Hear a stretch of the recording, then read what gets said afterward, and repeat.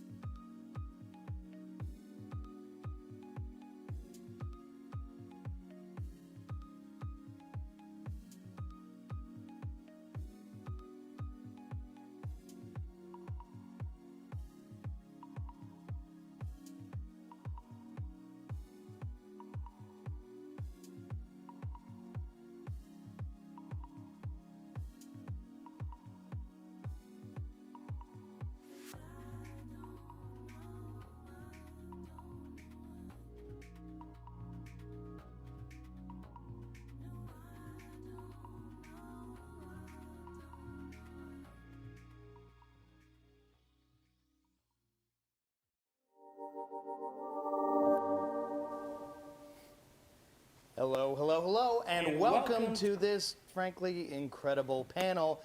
We have one hell of a show for you guys today. So I'm not going to waste any time. I'm going to cut right over. For you at home watching right now, I want each person in this panel, to introduce themselves, give you a brief bio, like a 30-second to 1 minute spiel. Buck, you're up. What's your story? My name's Buck. I own BUKS Legend in Madison, Wisconsin, detail shop. And according to Facebook, 11 years ago today, I was offering a wash and wax for $40. And now I'm sitting here for some reason, so I'll take it. I'll take it. Thanks for having me, guys. No, thank you, Buck. And Juan. Juan, español o inglés? Why not both? Okay. My name is Juan Gonzales from Idaho Falls, and I own all season detail and trainer for detail warriors and also a trainer for GTECHNIQ. Mi nombre es Juan González de Idaho Falls. Tengo un negocio que se llama All Season Detail, entrenador de Detail Warriors y también de GTECHNIQ en Sudamérica. Yeah. Thank you, Juan. Also, the guests, the commenters will also know him as Juan in the morning. Right. Well, perhaps. I don't know. We don't want to. Which is pretty common. Yeah, So, Eric, I think people have gotten familiar to your face, Slightly. but introduce yourself anyway. There are new folks appearing all the time. So those that don't know, I'm Eric Joseph from GTECHNIQ North America, and we're just here getting this STI ready, having this massive panel with our associates in front, and we're ready to rock and roll. Excellent. Thank you, Eric. And I'm going to move right past these guys because we're No, going to the folks who are guests here. Jump. A big jump. Right. You know the deal. David, please. I'm David with Oberk Car Care. I am here in a different light, but here with great friends working on really cool projects with not only cool detailers and people involved in the industry, but car enthusiasts, people that love these things. So I'm having a good time. Good. Glad to hear it. Thanks, Dave. And Jason. My name is Jason, co-owner of Chicago Auto Pros. I've been detailing for 17 years, made a lot of mistakes throughout the years, so kind of dedicate my time now to teaching others to what to do and what not to do with their own businesses and stuff. So, Thank you, Jason. And Dylan, you're a familiar face too, but go ahead. Yeah, no, I've been here enough times now, right? We're going toe-to-toe on this. So we're going to get a score going, and we're going to figure out who actually is king on this. tally A sheet. little chat, like I want a scoreboard up on the wall. Dylan von Kleist, I run marketing in North America for Rupes. I've been detailing. I did the math. I think I'm at like 22 years or something like that officially now. It's flown by. So here to help out with the project, here to hang out with cool people, and talk some shiny stuff. So. Good man. All right. Well, that's the introduction to the panel. You guys know how this stuff works. If you're new, basically, ask your questions in the comment field, live chat, start throwing stuff in there. I'll be popping them up on the screen as we go. But before I start, I feel like Levi has something he wants to say. I just wanted to say that we are going to try this week. Last Yeah. week, I apologize, we didn't get through everybody's questions. So hopefully those of you that missed last week and we didn't get your questions, hopefully you ask them again so we can get some answers for them. We appreciate everybody tuning in for this.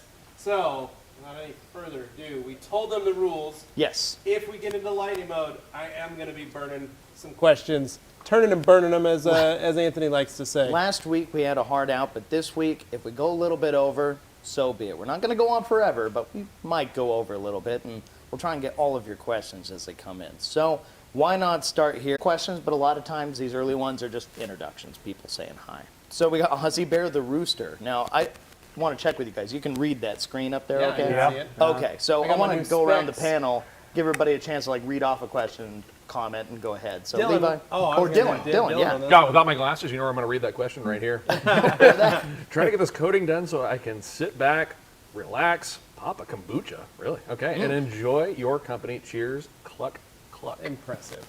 All right, good rooster. And we got Dan. Dan's a classic, Levi. Oh, Dan Pfeiffer from sunny, warm, tropical Minnesota. Happy Friday even. Word up from Minnesota, USA. Thanks for hosting a great panel today. Thank you for being It's here. not a Q&A without Dan Pfeiffer. No, no. This is a requirement. Kia Minnesota possessing- sunny? Well, I don't know, I've never been there. On rare occasions. we got jokes. Then the possessor of all Kias, for the panel especially, Dylan and Jason. What's a good polish to use as a beginner that will give you eye-popping results? Thanks for the answer. Boys. DA fine. Great. Yeah, no, I thought Very fine He asked polish. us. I thought it was going to be a beard question first, but so there really isn't an answer to that question because it's like it's whatever you're working on. It's subjective. Like I'll say this: the polish or whatever product you're using is not what gets you the eye-popping result. It's technique over everything else. Makes the process easier. So, whatever one works for you, whatever works for your goals, and which one you like working with, as long as it's got a Rupes label on it. Okay, noted. And classic. Alex Dwar here, big fan of the show, popping in. Anthony. Says, hey TRC and the rest of the folks. Hope you're having a fantastic Friday Eve. Friday Eve is what we call it here on the Friday Thursday, Eve. just to get everybody acquainted. It is called Friday Eve, and that's what Thursday is for us. It says TRC Rex. Oh gosh, Rex is looking amazing. Have a great weekend. I need to look on that screen. Yeah, it's been getting glossier and glossier. I think tomorrow it's going to get really glossy. We're trying to hide it behind ourselves, but we wanted to give you like just a hint of it, you know? And this next one, I'm going to direct this one to Juan, because I feel like he can do this one the most justice. Buenas tardes, saludos a todos. Les presenté desde Ecatepec, México. Me presento de Ecatepec, México. This guy is actually from Ecatepec, Mexico City. Excellent. Oh, wow. Well, hello. We've officially gone international. That's right. Yeah, we have. Done. Only And, because we go to Mexico. That's right. the only reason we're international now. Future prison now. Happy Friday. Gonna need a supersized coffee for this one, coming all the way from Australia. Thank you. And Ricky Colon, what's a show without him? Sunny Puerto Rico. Hey, TRC crew and guests. Feliz Puerto Rico. Jueves from sunny Puerto Rico. We've never seen him before. Yeah, you guys have never seen him at all. Definitely. The last couple of weeks. We got Reflections here, 7677. Why don't you get this one, Buck? What's up, boys? Hope all is good. Well, Excellent. It is very good well. Now, you'll find that the order of words don't always make sense here on the Q&A, so you kind of have to just read it to the best of your Sometimes we abilities. just try to read the words. Yeah. Yeah. we do our best. Oh, Mountain Town Detail. Anthony, you ought to get this one. It says at least 5 bang tops will be cracked open during this one. So Give him Juan. One. There's one. Two. There's 2. I think that's it. Yeah, we'll see what Working on happens, it. man. The afternoon is young. I think we've reached our You got an hour caffeine and 45 tolerance minutes to each go. day of this week so far, so we'll see what happens. But Mountain Town Detail is the Grand Ambassador of the Year, Rag Company Grand Ambassador of the Year. Heck yeah. 20. Yep, Justin's an awesome guy, and so he killed it last year, and so has continued to kill it. He started a YouTube channel. He's been making content. He's been covering things to the best of his abilities, and it's just it's awesome. Glad to have him on board. Wonderful. And I've got Dino, from Austria. Hello, people. Greetings from Austria. Question for Eric. What's the best way to remove a high spot of CSU on panel edges? I always wipe the edges of the panel first, but sometimes it happens. Sometimes it just happens. Just take the least aggressive approach possible. You know, the first couple of days, you should be able to go in there with some polish and just kind of take care of it and recoat it. You know, again, as everyone knows with CSU, if it's been there for quite some time, you're going to have to break out that sandpaper. All right. Can I add something quick? Yeah, actually? go right ahead. Something I push a lot of the time with Ultra especially is, call it over wiping. Just kind of consistently going around the edge and then going a little further and a little further to help ensure it doesn't happen. Okay. And that's why you're here, if you're wondering why you're here. Oh, That's I right. think we know. We need your knowledge. Yes. Thank you. all I know is Ultra. Very one-dimensional, but yeah. I only know. And then we got Ricky with another comment here. Just saying, so I guess you can say we have a smorgasbord of content and guests today. I prefer Cavalcade of Stars. I like smorgasbord. Do you like cavalcade? We got a Cornucopia? thing going. Cornucopia, I said that was my thing, yeah. We have other names for it. Yeah, let's get this one out here. Okay. Go ahead. Del Mar, 493 Mustang with OE paint. What coating should I use? CSL or C1? I think me and Dylan should split this one, because he probably had a 93 Mustang back in high school. Oh, no, I was always a Chevy guy. 87 Mustang. Single stage? Or 87 Camaro and an IROC, so I mean, you would have an IROC. I had to cut the bullet off, but yeah. So, I mean, like single stage or base clear? That's No, the some of question. those, Dave, it what do you depends. think? Some of those 93s did have, like the white was a single stage. stage, Yeah, it was hit or miss depending on the color. Yeah, it was very, my buddy had a 93 50LE, and yeah. I probably would, just to be safe, C1. I'd probably go C1, Yeah, probably That's with what I would XL. do. Just- I'm a big C1 C1. fan. I like C1 on older cars where you just, even if you question it all, you know, even if they're base clear, some of them had some pretty questionable clear coats and repairs and stuff like that, I just really like C1 on some of those things. Okay, excellent. And I've got Ian here. Go ahead and pass on. Dave, why don't you take this one? Hello everyone. Can you guys compare Oberk pads compound and polish to the Rupes DA polish? All right, guys. You're going to come in here and fight me, David Patterson. This was a mistake. You know, honestly, I mean, if you look at them, they're similar. They're compounds, they're polishes. At the end of the day, they're going to provide you with a very similar or the same end result. I think it's a personal preference. You've got a lot of variables when it comes to compounds and polishes, and there's a lot of great products. I think one of the things, if we look back 5 or 10 years ago, there was a gap. I mean, so you had high quality compounds and polishes, and then you had some pretty poor quality products. And I think that gap has kind of been eliminated. I mean, you have a range of what we think is better than something else, or what an individual thinks is better, but most of the stuff that just doesn't work is kind of gone. So Rupes makes a great system. I believe we make a great system too. And I think we're all trying to get to the same end result, and everybody that's using both products is getting there. So that's all I can say to it. I mean, really, they're both high quality products, high quality abrasives, and they work. Yep, I'd stack on that. I mean, it's more about your technique and what you like working with, to your point about preference, right?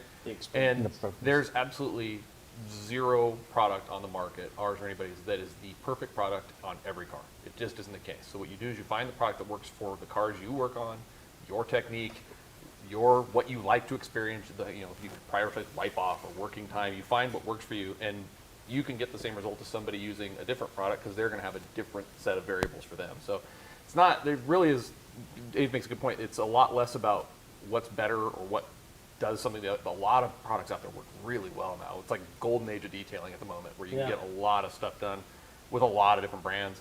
It comes down to really, it's something like Baskin Robbins has 31 flavors, man, and everybody likes vanilla, so you pick what fits your need or your style. Well, and sometimes I'll just jump in and say that sometimes there's paint's different on every car. Yeah. And there's so many different paint manufacturers and clear coat manufacturers. There's sometimes where one system may hit its limitations, and it's just not going to work with that clear coat. It's just not. And so having these variations in chemical formulation, at times it's good to have that just in your back pocket. And so I try to tell people to get good on a system so you know and know that system really well, but always be able to have one or two things that can really get you out of a jam, and it can be vice versa.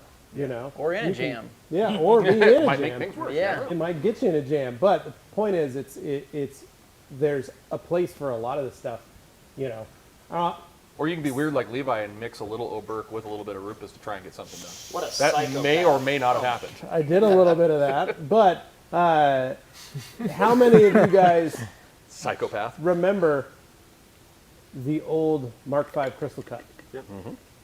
And how horrific that. It was. There's a That lot was of like horrific. that was literally a nuclear option.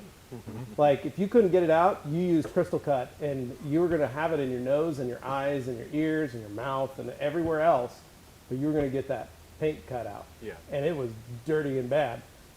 The new, being able to use like Rupes course on stuff and have it be I'll dare say it, a pleasurable experience, or use Supreme Cut and have it be just as an enjoyable experience, is light years from Come a where long we way. used to be. And so, these boys, they know their stuff. That's why we use them. So the long and short of it is the experience of it and your techniques that go into it. Yeah. Yeah, I mean, it could be anything from the variables in the liquids or the pads or something, but it also could be the variable of the business, right? So sometimes certain products might work better for what the menu options that detailer has, where maybe one just fits better for how they're operating the business and being profitable. Yeah. Well, yeah. No, great point. And this one's an easy one. Oh, we got Jamie the cleaner just popping in to say, here for the party. Jamie, it's always good to see you, Jamie. And next up, question from Despacho. Despacito. Despacito. It's about coating chrome wheels. Why don't you coating take this chrome. one? Well, I mean, Juan, why don't you go? 'Cause Yeah. You love that song.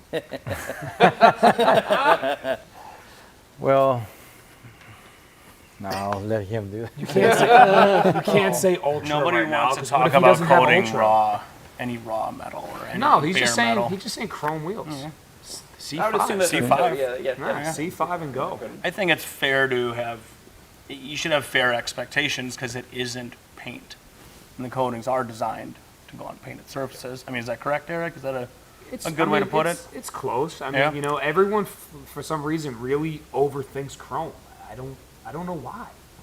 Yeah. Right? Like it's just another substrate. Well, and are we talking aftermarket chrome or factory chrome? Because a lot of times factory chrome is also cleared over as well. It's increasingly happening. So I mean, you could be on paint. So it's don't overthink it. C5 is probably the way to go. Sometimes it's plastic. Yeah, sometimes it's Yeah. plastic. Yeah, exactly. C5 is a great default, though. C5 for sure. Yeah. The only time I ever worry about is like raw, raw aluminum or raw Yeah. metals. Yeah. Or, That's where it gets tricky. But Yeah. anything chrome, C5 for sure. Yep. Yeah. Okay. Next up, I've got Paragon Automotive Detail. Fully loaded Thursday. I've been excited for this one. Thank you. And Yellow Motorsports just saying, wowzer, what a panel. Nice. And, That's Tulu. yep. Here And then we we go got again. Fernando for Juan again. Saludos. You're leaving? Say I hope hi. not. Please stick around. Hello. Dirk Do. Dirk Du, all the way from Germany, saying hi. Together, greetings from Germany. Nice day. Oh, we got Grant with a woodchuck question. How much could a detailer detail paint if a detailer could detail paint? I don't know. It's more. Of a, Where's Grant hailing from there, Dane? man, you guys just love doing that to me. You know, between the whole Australia New Zealand thing, just like say it Wondering where down he's- under and then watch what happens and say the wrong one and everybody gets mad. That's why I wanna make I'm not sure you playing know your it's game. still So not- anyway, Eric here is saying, question: what instances would PNS Brake Buster and Adams wheel and tire cleaner be used? Anthony? What instances would BrakeBuster? What instances would PNS BrakeBuster and so what instances you well Dirty take wheels. dirty wheels and tires? I mean that's Basically. So I mean and honestly whether you go with the Adams or you go with PNS, I mean basically you know we covered this last week within the Q&A that we had with Adam, but I think BrakeBuster honestly best bang for your buck. You're going to get a ton of product that does both things. I've heard good things about Adams wheel and tire cleaner as well. I mean, it's just pick one and go. That's it. When it says if you have dirty tires, if you have dirty wheels, but don't just say, oh, if I can only use this product if I have dirty wheels, or if I can only use this product if I have dirty wheels and dirty tires. You can use it for anything. Just clean your wheel cleaner. Clean your wheels, clean your tires, and call it good. But like rockers in the back end too. Yeah. There's no. I don't think there's any rules on what you can or can't do when it comes to a dirty wheel. So. No, do what you got to do. Ricky here. Hey, Juan and Eric. Looking forward to having you guys back here soon. Third week in May? Third week? Sí. We'll figure it out. Yeah. That's not Sometime too in far. May. Para los últimos días de mayo. Para los últimos días de mayo vamos a estar allá. There, not too far out. We got Fabricio here. Ooh. Say hi to Juan Grande, Gonzales here grande. again. Un poquito grandes. Hey Dylan, I think we're both losing.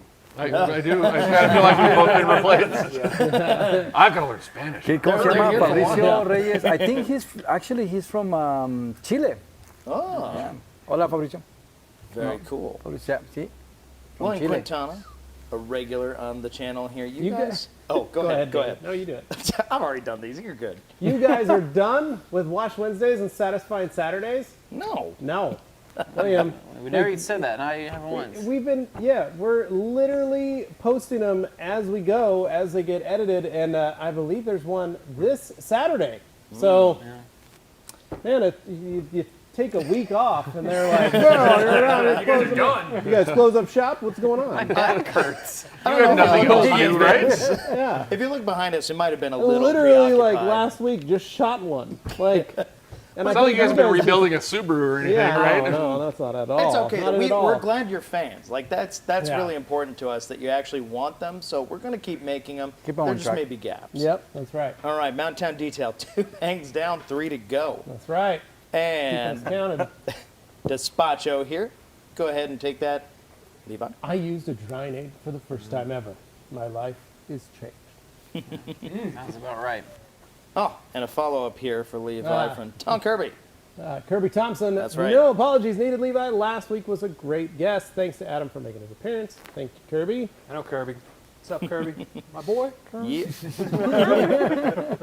Brian Oh. Lenski here. Why don't you take this? Huh? Brian L. of Madison, Wisconsin. Brian L. Here he Hey, is. Buck, this Here one's he for you, is. buddy. Put it on. I mean, Get it. I guess what would it take? Get it around your shoulders so Yeah, you show- can see it. Show them how big it is. Well, he wants them thicker. So that is a 500 GSM. Oh, He goes, Brian. he wants an 800. Look what you did, Jeff. Asking for a Do broken. it, do it, do it. Just You do and Juan it. just Just do it. snuggle up. I mean, it is pretty amazing.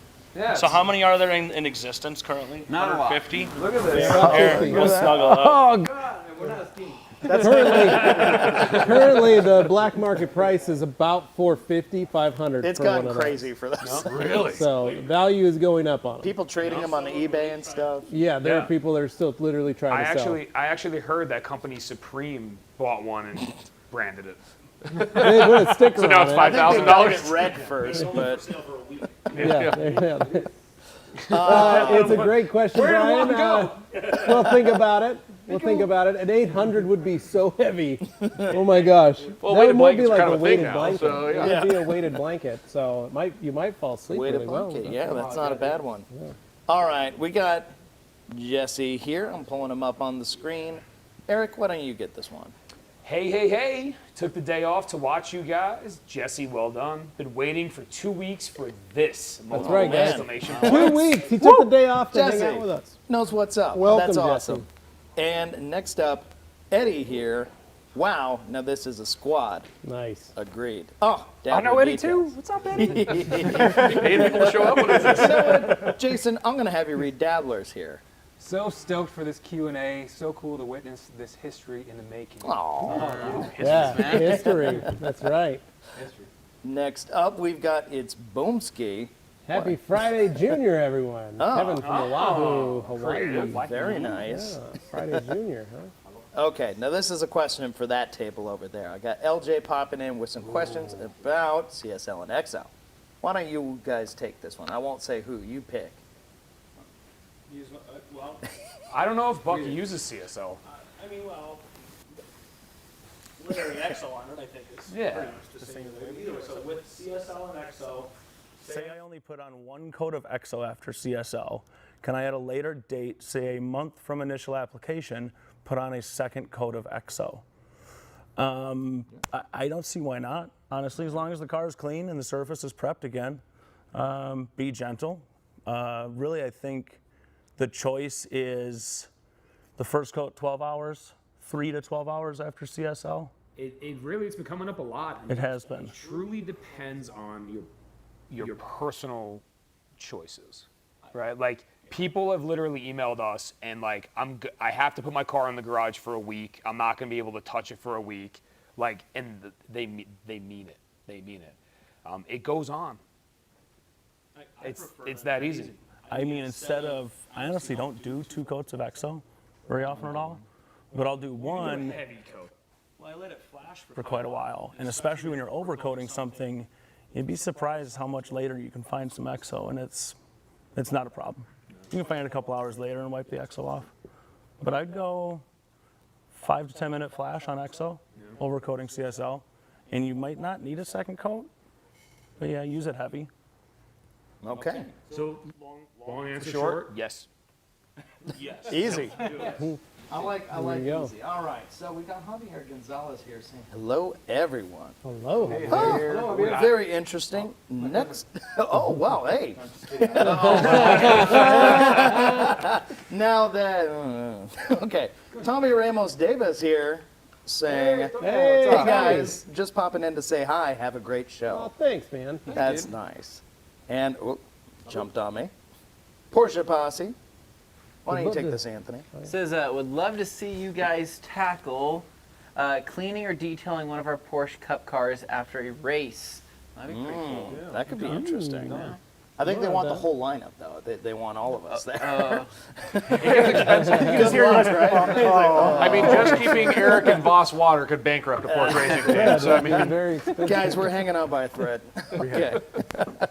Our Paz here. We got hello TRC crew and the entire panel. Rob Paz here from Chicagoland.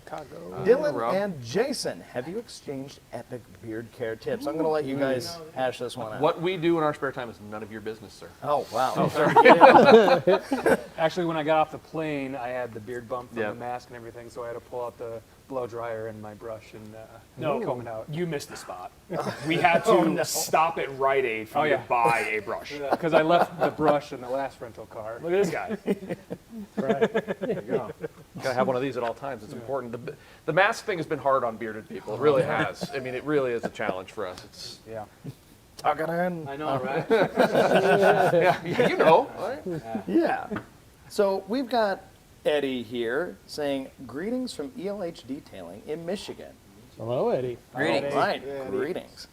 And, oh, what's this? But you're at the table. How is this possible? Oberg Car Care. I am David Patterson's pinky finger. I thought I saw looking at his phone. Is this the biggest, what is the biggest X factor that takes a detailer from $40 details to creating a career for themselves and financial living?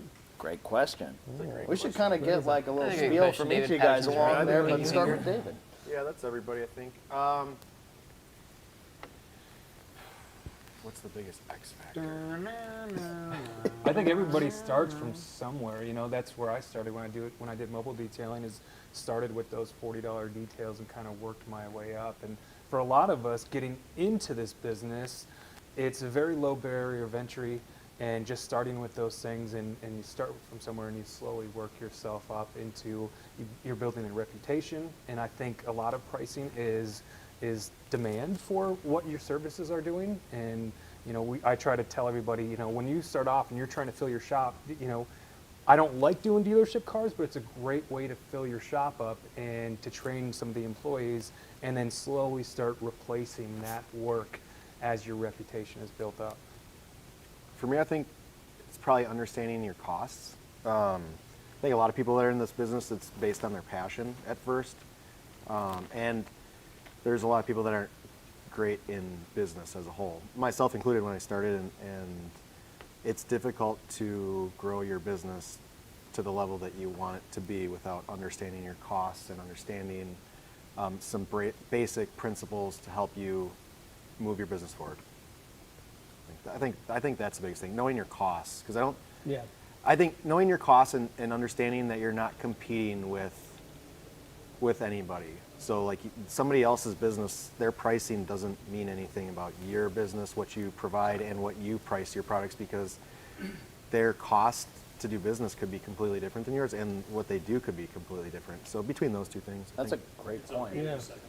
yeah, it's okay, and it's okay to be second best. You're all Yeah, about second best. yeah. I think it's a big part of it. We were just talking about it. Was it, I think Dylan, talking about when we're working on the Subaru. You know, I remember years ago, you see guys like, well, Dylan, Patterson, working on cars, and you go, but that car's perfect. So one of these days, I'm going to be as good as them. And really, none of it is perfect, ever. Look at my work this week, so you know it's all not perfect. Cheating. But it's having reasonable expectations for yourself. I think it's a big deal. Well, that was me. Like it was once, like pictures were easier to post. Facebook, Instagram, forums. Once the pictures, MySpace. Once pictures were a lot easier to upload, and cameras got better, and you could actually see full sun shots. You could see stuff. It was the first time when I could see work, and go, "Oh, I'm at that level. Yeah. I'm good enough to do that. I'm good enough to get there." It was the first time I realized, like, well, I'm doing it right. Well, a lot of the time it shouldn't look better. Yeah, and yep. And other times, yeah. And I think one big missing piece, and I got to credit the source, which is Paul from Chemical Guys, learned from his class in like 2011. You only get the money you ask for. So get to that level, and then do not be afraid to ask for the money that you believe your time, your energy, your effort, your education, your tools, your shop, and everything else is worth. So if you don't ask for it, you'll never get it. No, that's really fair. Yeah. $10,000 detail proves that, right? Yeah. I mean, you can't sell a $10,000 detail unless you offer $10,000 detail. That's right. And even if you don't sell any, I mean, you've sold multiples, Yeah. I'm assuming. So it's not just a one person thing. Yeah. It's there is a market for things that other people think are absurd. I actually started in this whole detailing industry at a car wash. And I was a sales guy for the car wash, so I presented my little menu to everybody. And they had a wash and wax special, it was like 49 bucks. And I would sell like 60 or 70 of them, like on a Saturday. And my manager came out and he's like, "What are you doing? How are you selling all these packages?" I'm like, "I'm just telling them about them. I'm just saying, hey, we have a wash and wax special. It's $49. You want to do this one?" And they said, "Yes." Yeah. It's weird, right? Yeah. What a weird Yeah. Sure you don't want the $7 wash? Yeah. I give you the 7. Everybody starts out at the bottom, but that was me. I just the same thing. Started car wash, did the same thing. Yeah. It was back when I did it, it was $30, $35, and those were the specials. But hey, it was easy to sell them once you just offered it. But the guy down the block does it for 45. Well, I don't have that service. Yeah. Yeah. Yeah. Sorry. Yeah. Okay, so Done. choose him. I'll take somebody else. Yeah. That's okay. No, Thanks that's for a great hopping on, question. Way Pinky to go, Finger. David Patterson's Pinky Finger. Good job, Thank Pinky. you for hopping on, Pinky. I will check in later. Okay, moving along here, we've got Sam Taylor dropping in saying, "Happy Friday Eve, TRC gang and detailing icons. Very excited to see what this episode holds." Thank you. And then we've got Jamie here, Pollock. Anthony, why don't you start this one, and then we'll probably pass it to our Yep. GTECHNIQ panel here. Says, "Hey everyone, I hope you're all well. Great panel, Eric. Any info on the C2V4 or XO V5? Yeah. Yeah. So, great question. They are back. It's not really unfortunate, but they are back to the drawing board. A couple of things popped up that the man, Rob, was not happy with. So both are back in the lab for some more development, which is never a bad thing. It's just, us Americans want it like yesterday, but it's still coming. Okay.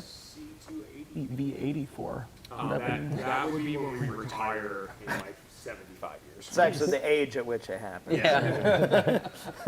You know what is weird though, not to hijack this one, but No. one asks about CSL V2, the longest standing GTECHNIQ product that has not been reformulated. Well, it's because it doesn't have the V1 in the name, so people don't. Yeah, think of it in a those lot of terms. CSL V1 and suddenly Yeah, they watch have that a happen. request for V2. Okay. When did Yeah. V2 come out? Yeah, Like I said, marketing, man. I was like, we did that with the Gauntlet when we did the new redesign of it. We were like, the Gauntlet V2. People were like, when's that coming out? We're like, it's already out. It's already It's been out for You can already 4 or buy 5 it. months. It's just, we just started calling it the V2 to make it a differentiation And a squeegee. for ourselves. I don't know yet. In blanket size. Yeah. Whoa. It is coming though. that would be Yeah. That would be a blanket.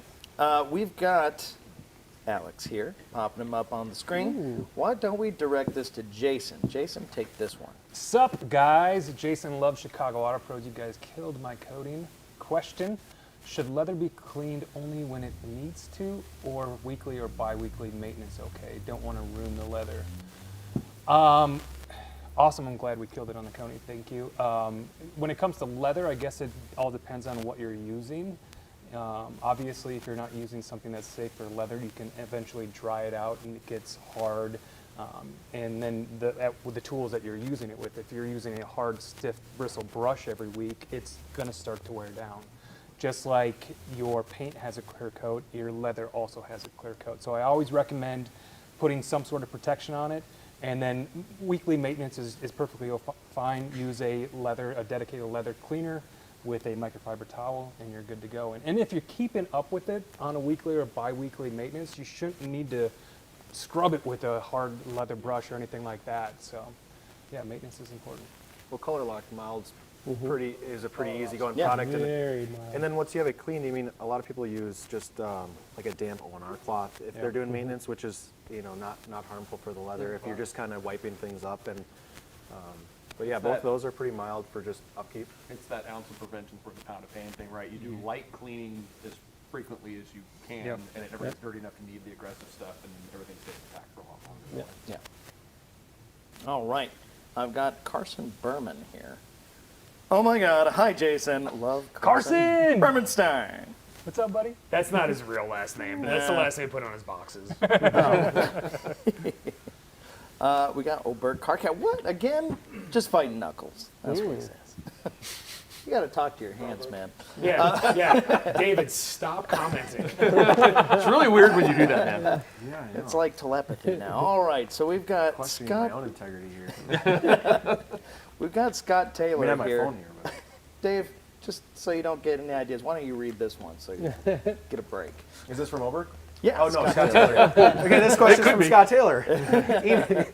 Evening from the UK, recently picked up my first Rupes polisher. How many and what pads should I be starting with to get to the basics? Well, I will tell you, we get I think 40 Oberg foam pads would be how many? We can go with the how many pads. I think it's it can vary. I mean, I think you can do an entire car with one pad if you really needed to. I don't suggest it. Yeah, I would suggest on average for a smaller car, 2 to 4 pads, let's say, per step. Some people might think that's excessive. Some people might think they could use a lot more. I like clean pads. I think that there's multiple things that make up why I would want more pads or why I like clean pads. They perform better. They last a lot longer. If you don't push them through these excessive heat cycles, the foam tends to hold up better. When you clean them, they clean out easier. When you're going to use them again, it's like using a relatively new pad. It's not something that's been used, abused, and partially works. So I try to use as many pads as I can. I'm super lazy, so I don't like cleaning pads while I work. So for me, I'll toss them in a bucket of water or a bucket of water and pad cleaner and let them soak until I'm done with the job. They're super effortless. It's a super effortless process to get them clean when you're done, and they're like new afterwards. So I would say at a minimum 2 to 4 per step, and as you do it more, if it's more than just a hobby on your own personal car, I recommend anywhere from 5 to 10 pads. If you know, 1 pad per panel sometimes. I know that seems excessive, but as your arsenal grows, it kind of just fits into the process, and those pads last a lot longer. And you notice that a lot of people they try not to use a lot of pads, but I always tell them that if you buy more pads, the work that you do in, like say, when you start in the first panel, when you're working on that panel, your work is actually a lot faster and a lot smoother. And then if you continue with the same pad at the third panel, you're taking longer, and it's not coming with the same result. So that's why, you know, it's best to use different pads all the time. I mean, if you're gonna be in a business, you know, treat yourself as a business guy.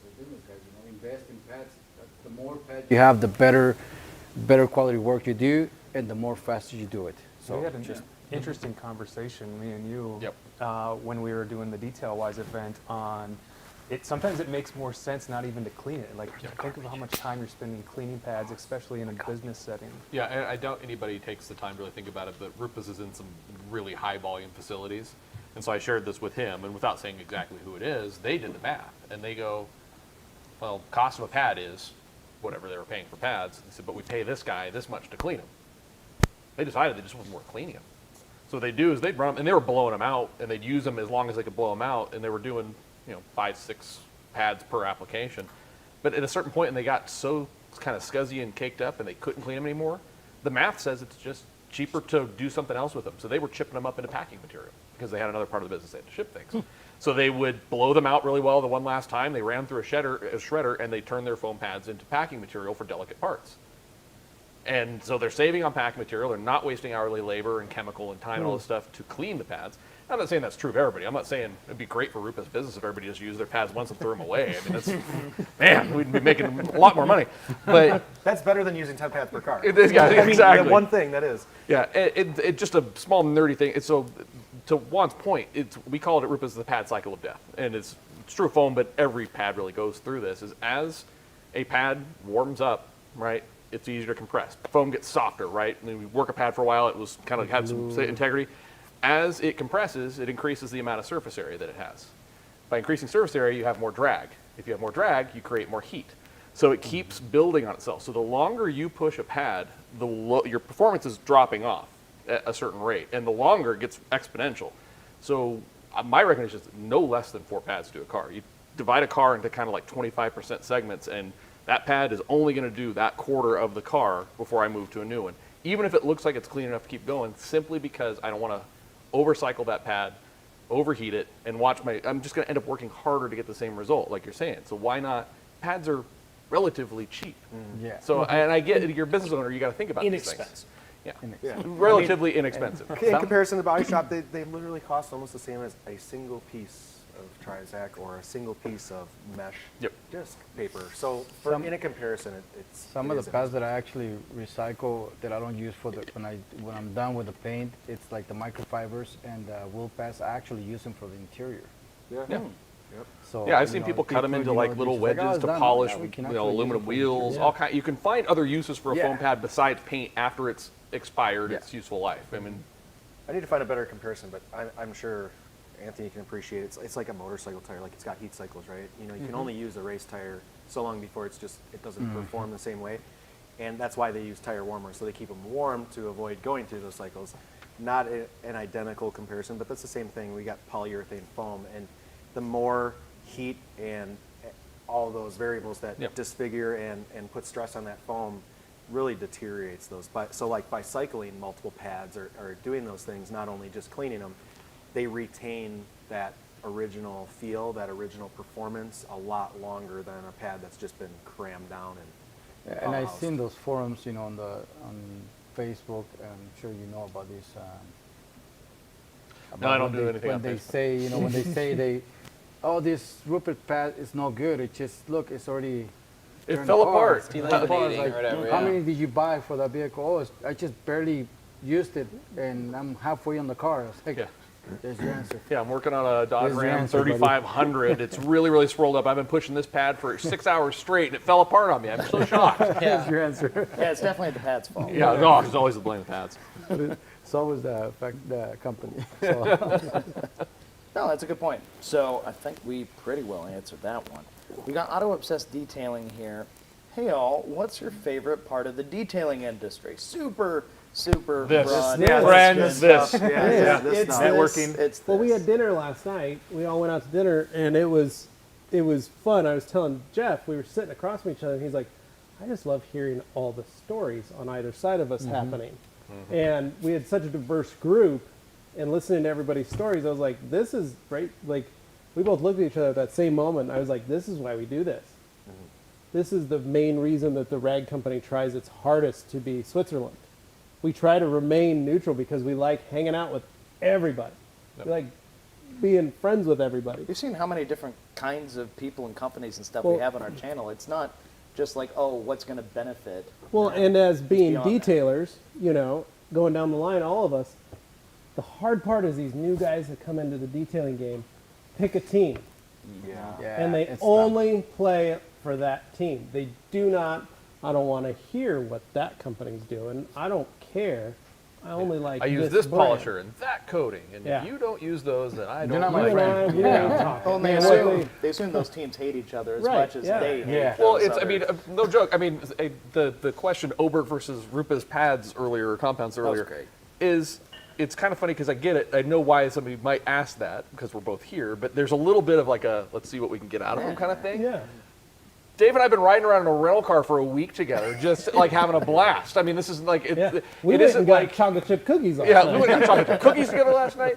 I think there's those younger guys you're talking about, the newcomers. I think they perceive that like behind the scenes, like Chris Metcalf and I, you know, from Flex and I, if we're in the same room together, there's Oh, just we're look cutting, out. there's knives and chairs stuff. being thrown. Like I'm gonna try and get. It's not that way, and it is my favorite part of this. Is I'm passionate about it. I've been doing it for so long, and I like it.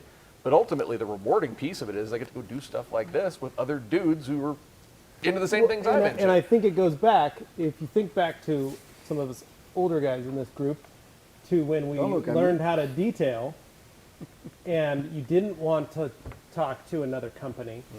You didn't want them to know what your secret was. You didn't want them to know your tricks and your tips and all your stuff. steal it. They could steal. They're going to take that account, that dealership account from you. You need that money. Like it, I think it stems a lot from that original sin, so to speak, of what these guys learned and everybody trained off. And I remember in my shop just trying to go like, well, I'm going to reach out to that guy. I'm going to give him a call and just see what's going on, see if he wants to hang out sometime.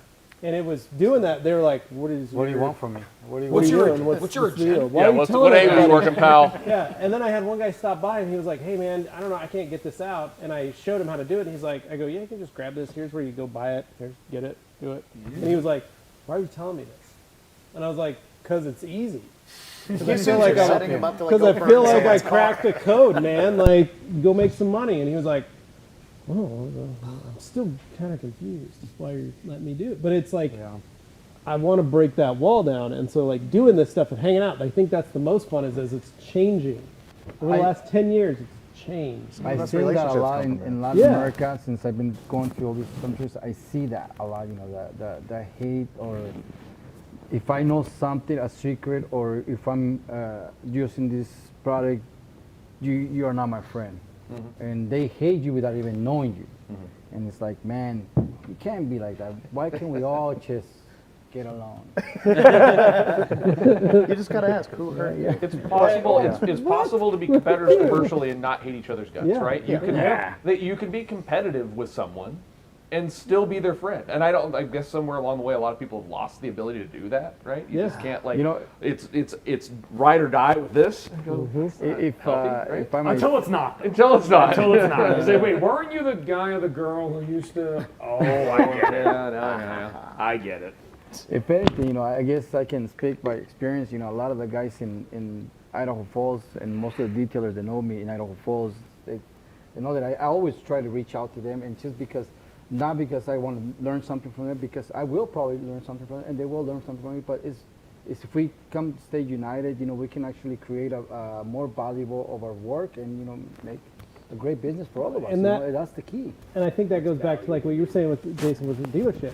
Like it's great to have dealer work, but what hurts a detailer most is when another detailer comes in. You got an account, I walk in and I'm like, "Hey, so yeah, that guy's doing a it race for to the 150. I can do him for $125." And they're like, "Oh, all right, cool." Yeah. But if you're friends with those shops, and you go, "Look, man, I don't care. If you want to jump in there too, cool, get in there. But we're holding hard and fast Let's at this both make price. money. Yeah. Let's push this up so that they can't undercut me and you." Yeah. And then they're like, "Well, it's a great idea. I'll make more money." It's like, what? They're going to call you anyway. They're always going to try and find a better deal. But if they can't go around and all of a sudden the best shops in town are all charging a certain set limit, the Just creating dealerships value. have to learn. At least the ones that equal quality, right? Yeah, the equal I mean, quality, yeah. and I would refer people to detailers all the time just like that, because it's easy to say, hey, you know, maybe it doesn't work for our schedule. I'm booked out however many weeks, or whatever the reason is. But here are detailers that I would say are in the same category of the value and the services we provide, and They'll take care of you. yep. And then Get built for trust. then they're creating a basis for evaluation. You know, so like the pricing should be somewhat the same, maybe not identical, but it's you're offering similar types of quality at least.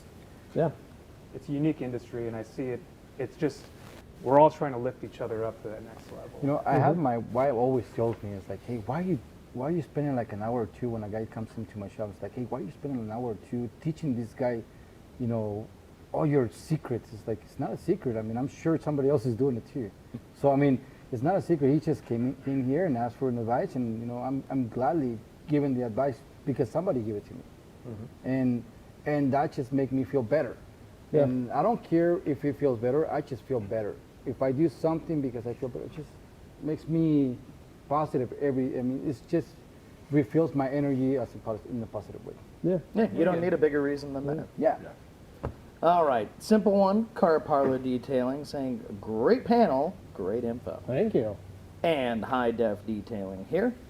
What's up, guys? Ben from Elkhart, Indiana here. Excited to tune in live for one of these. GTECH represent. The RV capital of the world. Pretty checking sure. in. Yep. Indiana, man. Indiana. Oh, man. Ben took the second best award at the summit. He sure did. Heck yeah. Wow. Second best Senate award. That's what happens when you give it your second best. That's right. Second best. And then I got Paragon here. Hello, Say- gentlemen. Hope everyone is having a great day. Talk about a fully loaded Friday Eve is a repost of his original comment. Looks like. Yeah, no, looks like it. And then I got Lil Fox here, 37. Jason. Is it better to use ceramic coating specifically designed for glass and wheels on those areas? Or do you use ceramic coating for paint on the entire car, it would yield the same results. Well, I would say these coating manufacturers make different coatings for different types of surfaces for a reason. So yes, it's best. I mean, there's some coatings that you can use for, like, say you're doing a paint coating. Wheels are also clear coated, so you can kind of interchange them a little bit. But glass is different. It's not a clear coat. So yes, I would definitely be using specific coatings for those specific purposes. I used to think it was kind of a gimmick, but then after using all of it multiple times, it's like, oh, there's a reason. You notice it lasts longer in There's the a places reason. it was. Some of them You didn't know. Right? Yeah. You know, Now oh, you this know. is all the same, but no, it's not. All right. Then we've got Neil White here. Hey everyone, great panel. What's up with the running shoe on the table? Well, as a Thank matter you of very fact, much. since you asked, nice segue. Since you asked, like Only to, 'cause he this is a asked. little bit of what we like to call paying the bills. So, this right here is the Brooks Ghost 13 Tell in me the more. TRC edition, black and Rag Company blue. Wow. Anthony, are you rocking a pair of Brooks today? I am rocking a pair of books, Levi. Thanks for asking. So these right here are the Brooks. What are they called? I don't know. They say on the back. That's a weird I name think for a they're- I shoe. think they're adrenalines. No, I don't know what the heck these are called. But man, That's these a carbon things, fiber, It's no? a 4.0. these things are Sign this awesome. Levitate. The Levitate. Oh, levitate. levitate. So what I yes. like about the levitate is the lightness of these things. So Yeah, I can't lighter. actually levitate, and if I do end up Yeah. levitating, please call somebody because that is terrifying. So, But it's been I've fantastic. got, check 'em I've out. got on my side here, I've got the Brooks Hyperion Tempo. Wow. One of the great things about the Hyperion Tempo, carbon fiber footbed, Okay. and this sole, this is their DNA foam, but this is nitrogen charge. Wow. So Which it's a learning means foam that is it's- nitrogen charged. Wow. It's also going to be able to give me a better Snap. 0.2 of a second out of the whole shop, yeah. So in other words, Amen. you can run faster. basically. Why? Wet or a dry shot? I don't know yet. We'll find out. I I haven't will tried say running in that them. thanks hope to it's Brooks dry. running, our posture has improved significantly. It has, All yeah. of us, and then we've also been losing weight. We have. Yeah. Dane, what are you rocking some Brooks as Yeah, well? well, I'm kind of a big boy, right? So I decided to get myself some Brooks glycerins. Wow. Those are These beautiful. are Love those. extremely And just make supportive. them Extremely. I can thinner. probably kick them out under the table hey, here, look at maybe. Kind of, sort of. Yeah. Is that a shoe? Make it happen. Oh well. Da-da-da. You're just gonna have to. Oh God, wheels are coming off. Oh yeah. All right. So Just a sneak. when All we're right. paying the bills, as you can see, all of our friends at Pepsi, our friends at Brooks Running, and our friends at Koenig Wheels allow us to do this special Q&A every week for all of our friends here.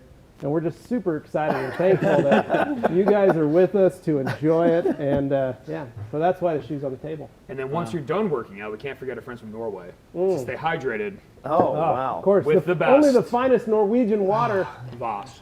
Wow. I was So, thirsty. Thanks for reminding Wow, me. right look bottle at that. right Look at all there. that. Look at all these guys Line drinking all this the way Voss down. water. Look at everybody. Wow. It's Ooh. definitely more refreshing. You can tell. You can taste Well, Norway right in it. As Little bits of myself, Norway. It has little pieces of Norway floating in. It's great. as 65% Scandinavian, I approve this. How much Norwegian are you?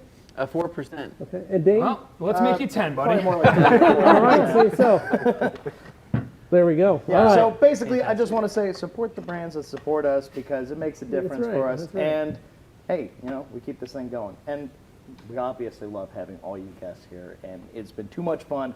It's not ending though. Don't worry. There are more questions. Didn't want you thinking run away.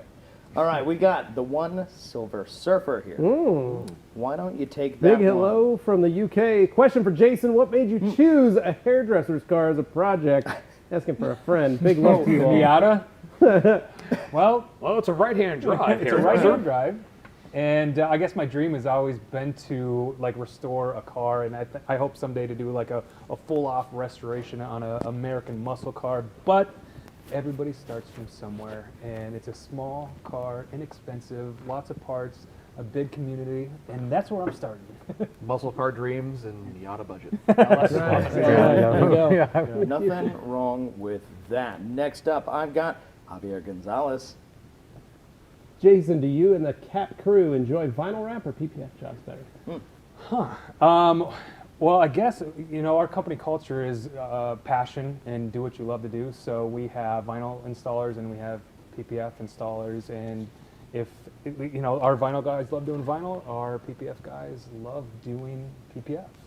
So yes, they do love it. Pretty much straightforward. Yeah. Then we've got Kristen Kemp here. I have a BMW 230i, and the paint is nearly perfect. The car has about 3 different coatings on it and is very easy to wash. The main problem I face is rock chips. What's the best way to prevent? I'll put 3 that more to the layers panel. of coatings. I think Dylan, because you are. Oh, he follows up without going to PPF. Well, I have nothing. I've got it. Just park a car in your Yeah, I was garage. gonna say, Christian, just Well, don't get a drive bike. it. No, for real, Put being more clear patient coat. down the road is huge. Yeah. Don't drive it. Away from behind, Yeah. behind dump trucks. You know, if you're in the left lane, cruising behind people constantly because you're always late for something, your front bumper's gonna be I wish I could say that's 100% true, but my truck, before I could get it down to Steve Oberk at Colorado Detail, to PPF the front end of mine, because I'm not going to dare attempt that, I drove like an old man. I only had about 600 miles on it, and I got down there to do the PPF, and lo and behold, 2 rock chips. Thanks, Colorado. Yeah, so yeah, it's there is physically no way to prevent that from Well, happening without- entirely And without in, PPF. In 2021, and Jason, correct us if I'm wrong, but there's no reason to not get PPF anymore. I think the films have come such a long way Yeah. that it is by far the best protection in the world of abrasion or impact, by far. Well, and Yeah. if you compare it to the cost to refinish a front end, because paint isn't getting cheaper either. So if rock chips bother you, and you don't want to do PPF, you're going to have to repaint it in order to DR color chip the snot out of it, I guess. But PPF, if you can't afford to do a full front end, I mean, there are solutions. I mean, you can have a partial done. Yeah, that I kind of just stuff. peeled PPF off a buddy's 2008 TL. When he bought that car brand new, he did PPF on the front nose and the mirrors, and he's like, "Hey, I want to refresh this whole car. I love this car. Pull the PPF off. I'm going to redo it." And I was blown away peeling that PPF off, how perfect that front end still was. And I was like, holy crap, dude, you better get this thing wrapped like Now. fast because it's going to get like, I'm worried now because it's so perfect underneath. So yeah, nowadays it's good stuff. Well, preserve what you can. All right, And Dane, where are we at? we need to are- speed through a couple of we these. got a few easy ones here. Okay. Just people saying hi, Welcome plus through. such as Andreas here. Greetings from Greece. Welcome, Andreas. Andreas. Yeah. Nice. Me and Greece. Kilmer did a training Where's with Greece at? Andreas in Thessaloniki in December of 2019 before COVID Yeah. hit, and it was absolutely amazing. He's one of the more talented people that I've ever met in the industry, actually. Yeah. Bridging between actual paint work and detailing. Thanks for stopping in. Nice. Well, thanks for watching. Yeah. And Sean McNally, look at that. Hey. Hey. Saying, what's up, guys? What's up, Nice. Sean? Just What's going on, Sean? saying hello. So Sean, Hello. in case you guys are wondering, Sean's the one who painted all those parts for us for the Subaru. He needs to see this hood. Yeah, needs to I see sent him that. a video of He it. needs to see so it. It looks It's awesome. pretty ridiculous now. Looks pretty good. Oh, yeah. Oh, and a classic viewer here, David Cervantes popping in saying, hey, guys, finally have time back for live. Good to see everyone. You picked a good one Welcome to come back, in on. David. I think choice. you picked a good one. Oh, and Sean yeah. was just saying hello. Yes. And then I've got Grant Hawtrey here. I want to see a beard battle with Dylan and Jason with a spaghetti western thing. Oh, that's a great idea. Some Ennio Morricone music playing in the Content, what that background. is. Well, I guess I know what we're doing after this. Well, we have a lot of Nerf guns. Yeah. Okay, we've got Scott here. Pop him up on the screen. Got my turn. Do y'all generally use an extractor on interiors or only in worst case scenarios? Down That the is panel. Are we going to battle? always a good Are we going to point. battle? Steam. I use steam too, but I gotta use an extractor. I use steam cleaner, and I only use extractors only when there's like a dog waste or like bombing or something like There's very, a lot, very, there's a very lot of simple. dirty cars if you're doing. You guys use the injection with steamers though? Oh Or does it yeah, I water have chemical one injection? from Vapors. I have one. I have not used a brush on salt deposits for years. I have not touched a scrub brush to salt deposits. The injection just melts it off the steamer. I highly recommend steam. Do you Steam. vacuum it up then after everything? Yep, I just hold the vacuum next to it and it just melts it right into the vacuum. And you'll notice the carpets stay looking so much nicer. So much less abrasion. Yeah. So much less moisture. Right. Yeah. So much Cheap more- 125. I just get stuck That's on what the you get. extractor just because of our winters and stuff is like the only way to fully pull a majority of that soil out. But I that's still the like worst I case still love scenario. steam. That would be the Steam worst is case the one, scenario. the way to go. Yeah. Steam it is. Yeah. But I like to use it to pull out the chemicals too. Like if you're using You have to. chemicals, I mean, a lot of cars in the north they use WeatherTech mats, so we like the sides a little bit, but they're mostly pretty brand new because they're being covered up. I guess there's a greater one thing Anthony and I do a lot of is just dry cleaning, where we're using the chemicals, just a good mix with a scrub brush.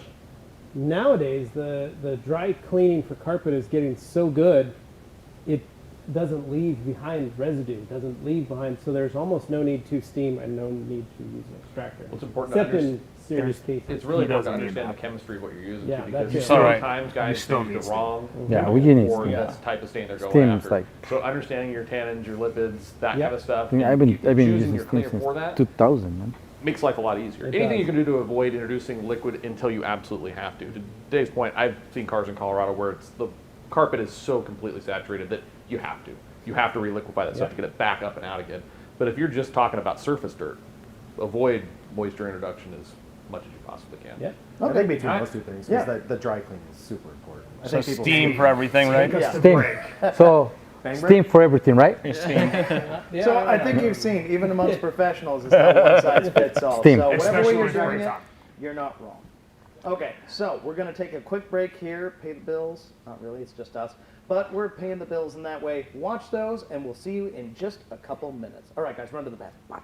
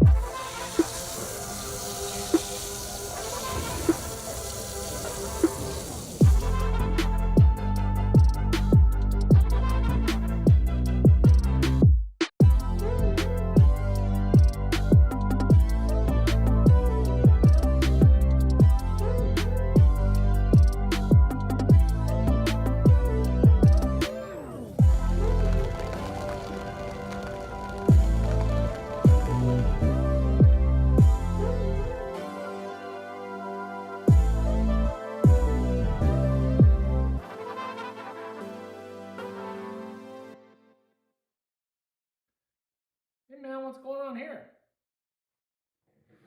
Hey man, big screen for the big show. I mean, we got DBK, we got Eric Joseph, we got Otterness, we got Juan Gonzales, we got David Patterson, personal favorite, Buck Hogoboom.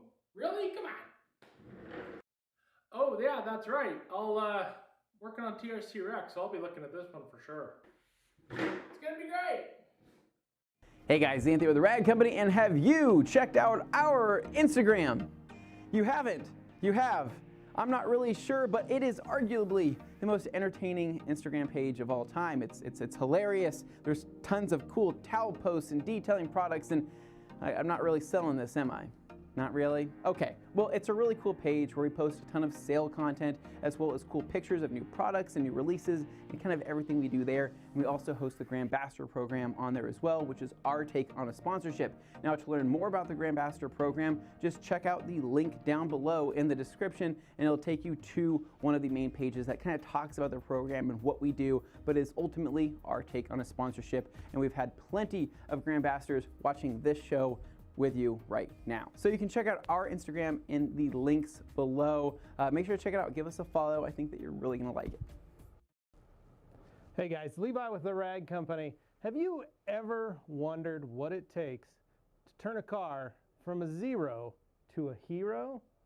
Have you ever wondered, can you buy a car and fix it back up and then resell it for a lot more money? Well, if those are the questions you've been asking, have I got the show for you.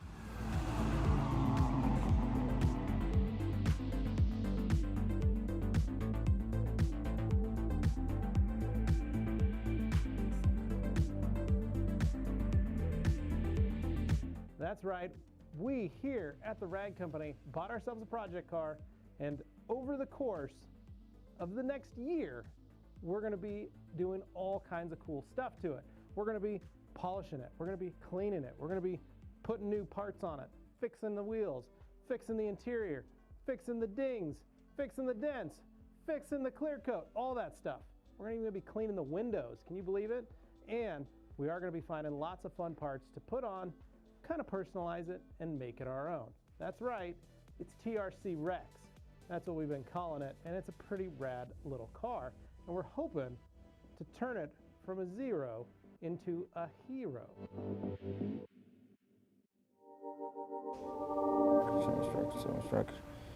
All right, and yeah, we man. are So the back. steamers. All right, everybody on the panel, we are live. So I Mics need, are to, hot. I need, We to, are I need to talking. apologize. Oh. Yeah, dude, Apparently please. there was some controversy in the last hour. Oh That's what my. you're talking about. Our friends who like using Steam apparently may or may not have taken it a little too personally. Oh no. You know, we're just still here. trying to educate, teach people, you know, the benefits of extraction. Made enemies of the dry steam cleaning. mob, huh? But the we'll call them the steamers. Okay. Steam punks? They're steaming, bro. Steam You know, pumps. legit steamer, it gets Kind of like expensive, Waterworld with the smokers. Yeah, kind of like this. too. They have Yeah, other methods. yeah, It- you it's know, good. I just need to. I'm gonna be the bigger man, and I'm gonna retract my statement. Say that they could use Steam if they like. Here's the deal. I think that you can clean carpets a number of ways. The biggest thing is ruining the pile of the carpet is the biggest thing that is, it cannot be unseen once you do it. Well, it cannot be undone. Yeah. And it can't, well, you have to shave it, and Yeah. it's not pretty. So I think in whatever way you can remove a stain, clean a carpet, extract it, whatever it may be, without ruining the pile, you know, have at it. So in other words, what he's saying is that Steam works best. So, on that note about Steam, why don't we turn over to our friend who loves Steam more than anybody else? Buck, what's going on? What's the story? What's the story? with What's the Steam? story? We're back from the break. You got some contest or something going on? do. Something We to talk do. about. Yeah. You said when we came back from break, you had something to Right, I tell us did. about. So through the Subaru detailing group on Facebook, that we've been huge Rag Company fanboys for quite a while now. Aw, shucks. I think May the or may group- not be the reason we bought a Subaru. Oh. May or may You're not saying be the it reason. influenced the decision? For the It is blanket. totally okay. But yeah, so this, I forgot how it started. Someone photoshopped. Someone took a picture of a spider sitting on their Subaru when they were detailing it, and someone else ended up photoshopping. I think it was Chad Curzon, I think was his name. Photoshopped some C2 and eagle towels in these spiders. Many legs. Hands. There you go. There it is. Sorry for all the He arachnophobes ended out up there. redoing it and putting an eagle underneath the C2 bottle, so it wasn't sitting directly on the paint. Yeah, because you will scratch it. Because don't. What are the dimensions on those Don't. eagles there? Don't ever do What would that. those be? What size are those? Those are 500. Eaglets. Yeah. They're 500. Oh, four. Oh, yeah. Yeah, Eaglet 500. Mini. Itty bitty. But so we did a detail spider contest in the group, and there was really no plan on how we would pick the winners. Okay. But I believe, is it Levi and Anthony? You guys are We gonna won? pick two All people. right. No. You guys are gonna pick. Surface protection pack kit and And a- 12 pack of C2. A 12 or a C2. Congrats. Oh, a Wow. 12er, So, huh? so I think how it should really work, because we Yeah. didn't plan this, is you go through the group and you Okay. to the post, you find your favorite detail spider. Okay. That So you can find that on the Subaru detailing group on Facebook. Correct. yes. Okay. Okay. So how many 16,000? 18,000. 18,000 That's Subaru massive. details. And we like giving away stuff. Yeah, So, 18,000. yeah. Wow. And you know, history, they've sold the world out of C2V3 now twice. Wow. So Dang. twice I've gotten a phone call like, where'd all the C2V3 go? And we're like, the Subaru group. And they're like, what? That's the So, Subaru guy. do you want to pick the 12er or do you want to pick the TSP? I'll pick the 12er. So you got the TSP, Mm. Levi. Okay. All Would right. it be possible to get the winning spider photos of a Possibly. Possibly. We Possibly. may have to. It's a lot of tech. It That's a lot is. of tech. There's 32 current Comments. detailing spiders. So your odds of winning are 1 in 16. Yeah. Not bad. So I mean, we could do this. There was one that I actually really liked. I thought was pretty great. So maybe I'll just while I'm pulling this up, Let me go through comments and questions. Yeah, do a couple comments, questions, and Okay. I'll announce it here in the next few minutes. Yeah. And then we'll hand it over to Anthony. He can pick his. So, first of all, I've got Kyle here. Just wanted to say hello, crew. Hashtag KAD. Have fun.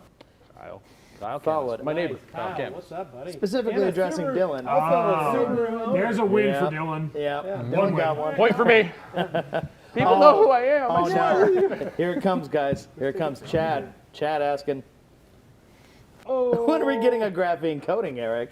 I want Well- to jump on that train. Well, Chad, when you show me it really working. Bold words. All right. So then I've got Kyle again here. Where did you guys get the wash curtain? Oh, here we go. Okay. Ooh, Anthony, you want to tell him? Yeah, so thanks to our friends over at Detail Plus, right? And by Detail Plus, I mean, so Keith Duplessis got us set up with this entire wash bay here. And so we do have a video on this, do we not? We do have a walk We around do have a video. walkthrough video of And that. to where he talks about pretty much everything that went into this. So everything from the curtain to the capture mat to the entire hose system, I mean, everything that we have product on tap inside of that room back there. It's a really, really cool setup. And so typically you guys don't see the curtain a whole lot because we don't close it very often. usually Most of the usually time always it's open, but it is logoed out. So we kind of chose our colors here. So we went black on top, blue on bottom. We did the blue bumpers down on the bottom of the capture mat there. But it's pretty cool, man. When you're inside there, it feels like you're kind of like you're about to paint something or you're about to do There's some something. echo in there too. The thing is, during the summertime, and yeah, we don't have air conditioning in here, it gets a little humid, and it kind of turns into a bit of a sauna. It is. Swampy. Good time though. Swampy. Yeah. That's what I want out of my wash bay. Swampy. Okay, so with that said, now you know. Mid-August Wash Wednesdays in about 3 o'clock in the afternoon are the Yeah. They're the hot. Very moist. They're the second best. They're the second best Wash Wednesdays. Need more I would say cold toasty, but that just makes it sound like it's dry. It's not. Not a dry heat. Okay, we've got, well, there's a name. Chain Glider Red Up. What Wow. is Eric, that? why don't you read this one? I've been using Sonex cut and polish lately and love it following with IPA for panel prep. Is there anything better I should be using for after prep? I'm a little lost on this. I'm going to go with GTECHNIQ panel wipe. One. Yep. 1-1. I was going I to say, don't, panel I wipe don't is no comment on joke. that, but we trust you guys. Okay. Yeah. 1-1. All right, 1 to anybody got 1. something to add? Juan to Juan. No, I mean, Use it is 1 to 1. fine, but I would say that panel wipe will really reveal Yeah. the things that will haunt your dreams Yeah. that you thought you fixed. Yeah, if you don't want to know the condition of the paint, Don't stick with, use stick, panel stick with the wipe. IPA. If you want to know how bad it actually is or how low your skill set actually is, use panel wipe. It'll check your ego very often. Yeah. It is nicknamed Truth Serum Yeah. for a reason. Oh, that's. Oh, I thought I had another. Well, it does. If you drop, yeah. Ego checker? You drop the P. Yeah. And on that note, here's another Pete Patel. Jay saying, what is best ceramic coating product in the world? Oh, come on, this is like, oh, I'm sorry, I meant coating, that's blood different. clots or- Oh, We're not doctors, Patel. but if it were coating, what would you say? I'm going to go with the sign right behind you, Dane. Oh, really, that is? From I have, it Crystal on my, Serum I have it Ultra. on my vehicles personally. I endorse this product fully. You know, Okay. I'm gonna throw a curveball. Oh, Axo. Oh. It's my all-time favorite detailing product. Oh, yeah. I think for the money, Yeah. the time it takes to put it on, and the results, I'm gonna say it's my favorite detailing product. It's the Say most that's So, easiest. so it's safe to say it's second best. Second To best Ultra. coating. Oh, okay. Second best to Ultra is actually really easy to apply. I mean, it's even my 5-year-old kid can apply that coating. So let's just, I mean, EXO is really So then why do you call them easy. loser? Because it's just, it revives his ego. Yes, he was listening to my conversation once, and he was like, okay, I was like, okay, loser, take it easy, loser. And he's like, who are you talking to? I was like, talking to my son. It's like, why are you calling him loser? Because, it's like, Don't all get in the big head. so by the time, he gets old, when he hears the word loser, he's not going to get offended. And plus, it's a Mexican thing. Thinking, that's forward thinking. That's progressive parenting. That's what that is. Progressive parenting. All right, now I've got Mike B. Dave, what base skills would someone need to truly benefit from a Gloss University event? Wow, okay. Well, it is an Look important at Yeah, that. good skills right there. We have traditionally done more advanced classes for people that already have a baseline knowledge of how to polish or correct paint.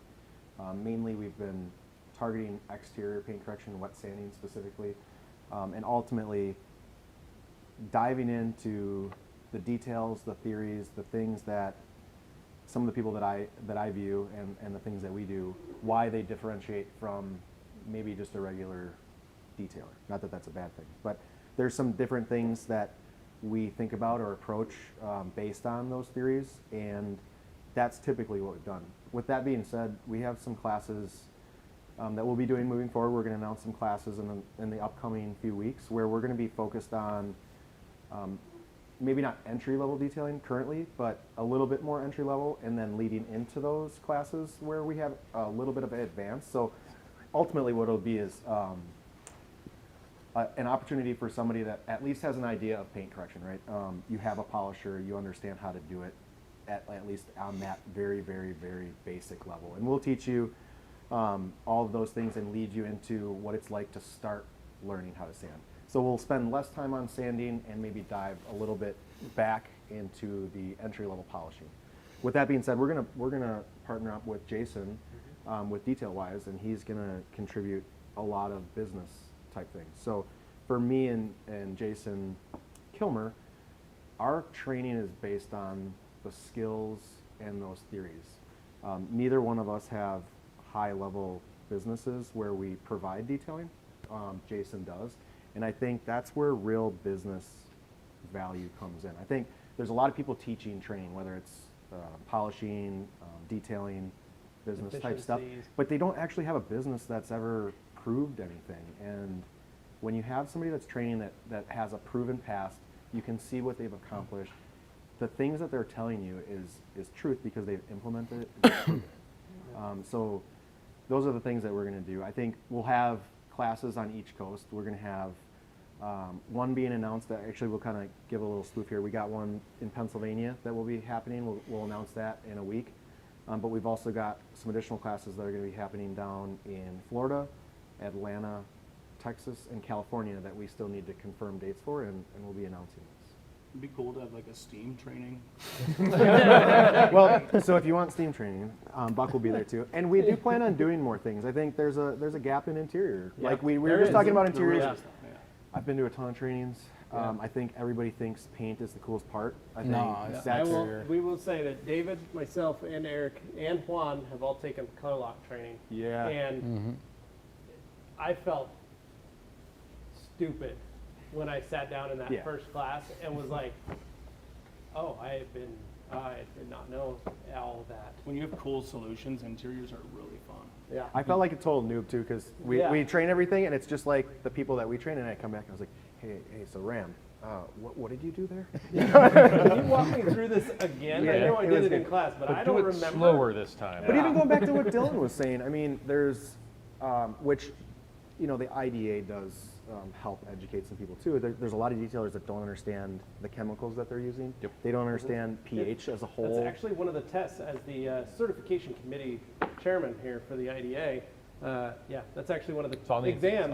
That's one of the questions on the CD exam as well as an SB on how to remove stains and knowing the pH of vehicles.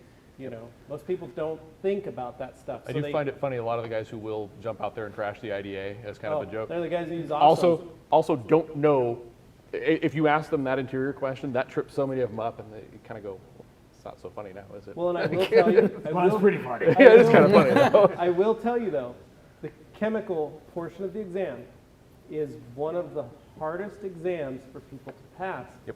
And myself and Clint, who's my co-chair, we have to call almost daily. We have 3 to 5 people almost every day that are on their 3rd and 4th retake of the chemical section of the CD exam. And that says something, that there's a lot of detailers that aren't paying attention enough, or they're not spending an appropriate amount of time. And yet I still, every single day, it doesn't matter what group, whether it's ours, whether it's Detail Wise, whether it's any of the different groups, there's always a guy. You guys using Awesome? LA's Pick it up, a gallon at the door. Dollar Store works amazing. Cleans everything. Right, it does clean. And every cleans the third stain color gets, too. gets locked in permanently. Yeah. Just change clean. It cleans the color too. Yeah, remove a lot of the dye. That's helpful. And a lot of that is those, like you say, those same guys that are using that and doing that are also the same guys that could not pass that because they don't know enough. And that's the biggest key, and that's why trainings exist. To educate yourselves. There's learn. there's such a good amount of access to information, whether it's Colossus University training, through Jason at Detail Wise, our training at the Academy. There's so much of it out there. There's no excuse not to go get it. Yeah. And I'm not going to crap all over YouTube, but you can't be YouTube certified and everything because there's just a certain amount of, you got to get in front of an expert and actually talk to them. And so find a training in your area, or if it comes to your area, or seek out help from professionals. It's funny because that comment about like totally awesome. If you start to understand, even if we're talking about just interiors, you start to understand that chemistry. You see some of these questions posted. The guy's like, yeah, I've been hitting this stain just will not come out. I've hit it. And he posts a picture of it. You ask him what it is, and then what he used, and you find out that the combo he used actually set that stain. He's the reason it's not coming out now because chemically You have he to has now understand the locked that stain pH into there. of the stain and know exactly what product, if it's going to be on the acid side or in the. Plus, I think people side. are overlooking a little bit that it's a lot easier for people that are jumping in to obtain a $300 or $400 polisher versus $1,000 or $2,000 extractor or steamer. And I think people would like the opportunity to learn how to do interiors on a certain level and have the opportunity to try some of those things so that they can have their own arguments on whether a steamer is better than an I extractor. actually use, on that note quick, I use a pump sprayer with ONR Yep. and with a shop vac a lot of the time. Like, I don't have an extractor in the shop. I Yeah. just think there are ways you can There's do these ways. things, and you don't need really expensive equipment. You can do some cool stuff. In some of the trainings that we do for detail warriors, we actually those are some of the questions that people ask. Like, well, what if I don't have this product, or what if I don't have this machine? Yes, I know you can get those machines, but this is a way that you can do it without having those equipment. But if you can get yourself into those equipment, it's just gonna make your life a lot easier and more profitable and faster. So Well, I guarantee you that everybody here that's run or had a detailing business at some point or still does, when you started, I don't think you had a steamer or an extractor.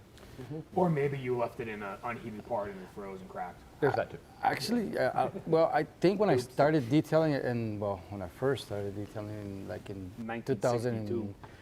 2000 or something like that, it was with Rennie.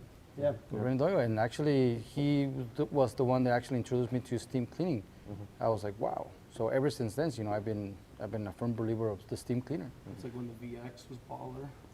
Mike's sitting here like, Now are they we gonna answer my actually question or no? now we actually use Vaporza from Guadalajara. It benefit a lot of stuff.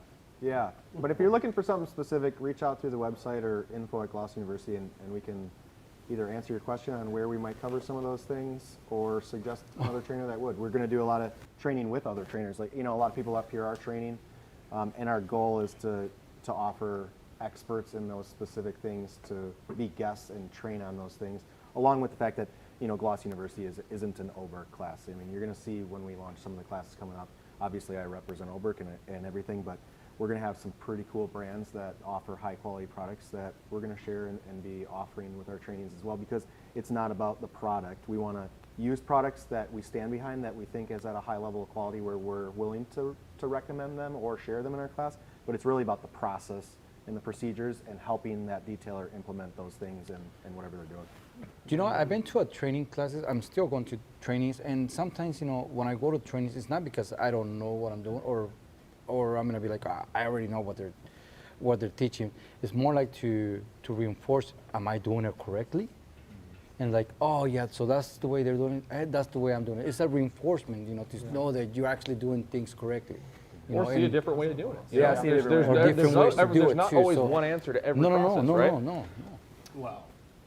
Okay. Steam cleaning is the only I way. think some spiders have been chosen. So the spiders have been chosen. Was it this one?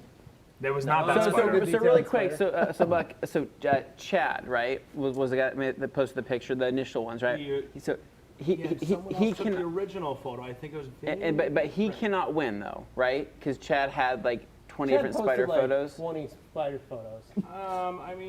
There really weren't many rules to this contest. Okay, I don't so really care what here's you what I pick. think we make an executive decision. Okay. I appreciate the fact that he put so many up.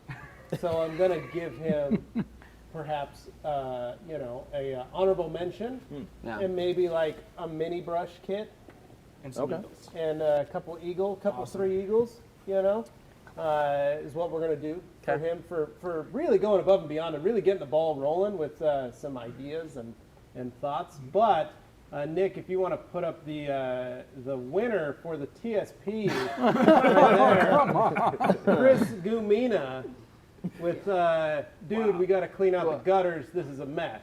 So what I appreciate. From Rochester, New York, by the way. Very nice. Good work. So what I appreciate about him, obviously not the best at Photoshop, and he knows it. It's just one of those things. Accept your limitations. A massive Honda fan with a beautiful Prelude. Wow, he did what he could, and I appreciate He that did it because he said, in "Okay, seconds, I'm on a minutes." time He crunch. also had Let me get this in He here." also created a scene. Right. The He did. thought was there. It's an action shot. It's an action Yeah. shot. That spider's going It to is. work. Yeah. You know what's So- going on. So Chris is getting the TSP, Chris Yeah. is getting the TSP. which I think he'll appreciate. Yep. And then the C2. The 12er for you. Oh, Check him out. He's going to this guy right Going Can't to win. Kevin Farmer. Yeah. So Is that a Choops? Kevin Farmer. So I kind of feel like he should be disqualified for the use of an improper I polisher. think so too. Yeah. So Wrong polisher, buddy. it was a wrong polisher, but I like the fact that he's running a cordless machine here because he basically he took the time to Photoshop the cord out, But not the part inside the handle. not the part inside the handle. So I was kind of, it was Cordless. more of like a theme thing. I actually like the colors of everything because he's got a yellow and black spiders, what it looks like, a little bit of yellow on the black on the machine. Maybe that's why he chose it. I just It's felt like very it, well balanced. I felt I like like that the spider is kind of arching his back a little bit because Yeah. you feel like he's You can really imagine well, he's and so really if you look holding closely, that he has the one arm on the back of the machine and one arm underneath the machine to give Well, it leverage, right? Well, if you've ever Take some seen of a the pressure spider off. polish a car, that's exactly Well, how they do it. Yeah. I like it because he's letting the machine do the work, right? Well, it's right? proper technique. It's Exactly. perfect The machine is corrected working polishing for technique. him. He's not working for the machine, Right. and that's something that we preach a lot. So It's actually something that Dave and I have been talking about adding to an upcoming training course. 12 models. The erected. Erratic polishing, 8-arm polishing techniques. Yeah, you set Like, what a machine weekend. here on What a top party. and just work it across. amazing. So yeah, It used credit to be where credit's the due. what was We it's call the it one walking the hand dog. where yeah Walking walking the the dog. dog. It used to be that. Now Yeah, it's you the set the erected. trigger lock and and then just pull on the cord and just run it across. There's some great stories about that. That was one of those bad things The we did 12. that we should never repeat.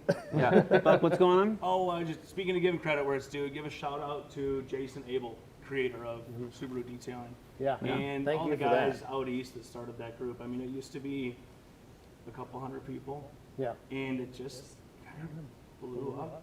It's pretty amazing. to It's be- weird. It's a really cool 18,000. So, Well, so, when he said people, Subaru man. detailing group, I'm thinking like, oh, there's like 10 dudes in that group, No, right? it's 18,000. That is wanna not as point niche as I something would out, have though. assumed. Well, So it's there- moved into more than just Subarus. Answer any detailing questions, and that we're pretty firm on. You can keep it No, simple. they still want it to be super. You can't have an Evo for sure. in We there. no, no. So while I appreciate that there is a Subaru detailing group, right, and I appreciate that there are so many members in that group, honestly, honestly speaking, how many times, other than right behind us, have you actually seen a dialed-in Subaru with perfect paint in your life? How many I times? actually posted a picture of what the car looks like right now. If Nick could put that up there, so people could get a glimpse because they can't see behind. I'm us. just curious because well, I'm telling you that I have seen. I think I think this one and maybe one other, maybe 5 years ago. You One, gotta go to BUKS shop. There's Well- like 7 there every day. Yeah. I know it's just something we don't Chris see. Williams. Oh, there she is. Wow. Can't wait to see it with those Koenig wheels on it. I think we got the ride height perfect. I think what we need to do is we need to just basically, and I wouldn't say corner balance it, but we need to get it to where everything is, well, we need to measure it a couple more times to make sure that we got everything correct. And then we need to play with the dampening on it and see where we want it to sit. think You so. know, Make sure you shout measure out the to badge. Ragnarok for being So now very you're supportive. at Yeah, 18. Ragnarok measure just the hanging out in the back 0.4. there. Yeah. Keeping an eye on the little brother. Juan just joined, and it's 18. 18.4. Whoa, look at that. Nice. All right. 8.4 members now. Oh, there we go. Okay. Thank you. You know what Dave. I was actually thinking you were going to say is that you appreciate that there's a Subaru detailing group, but you can't understand why there's more people in it than a normal detailing group. That's also That's true. There's about 5 is times very as many true. people there as a normal a bit, detailing group. odd. It's One an big awful lot of reason people. is whenever someone says Google it, we say no. Let's help. Let's help out. Oh, How refreshing. All right. The group is there to that is discuss. like being Why kind to not? rewind. Wow. So in front of us right here are the Koenig hexaforms. In an 18? 18, either an 18 by 8.5. I think I want to say it was either 35 or 40 offset. And then It's a meaty piece of rubber. It is a meaty piece of rubber with the Toro R888Rs. And for those, went with it was a 225, 45. I can't remember off the top of my head. Looks about right. Looks about right.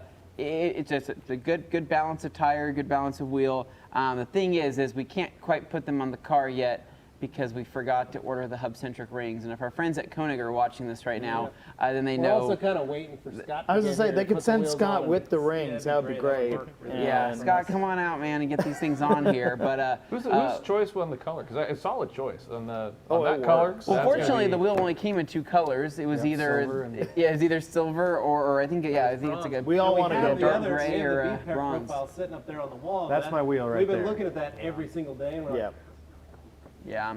it's been an inspiration. So when it comes to choosing wheels from Koenig, right, they have an A profile and they have a B profile, right? The A is always going to be the least aggressive, B is going to be the most aggressive, but half the time you don't get to go to the B profile until you get into that 10.5-inch width.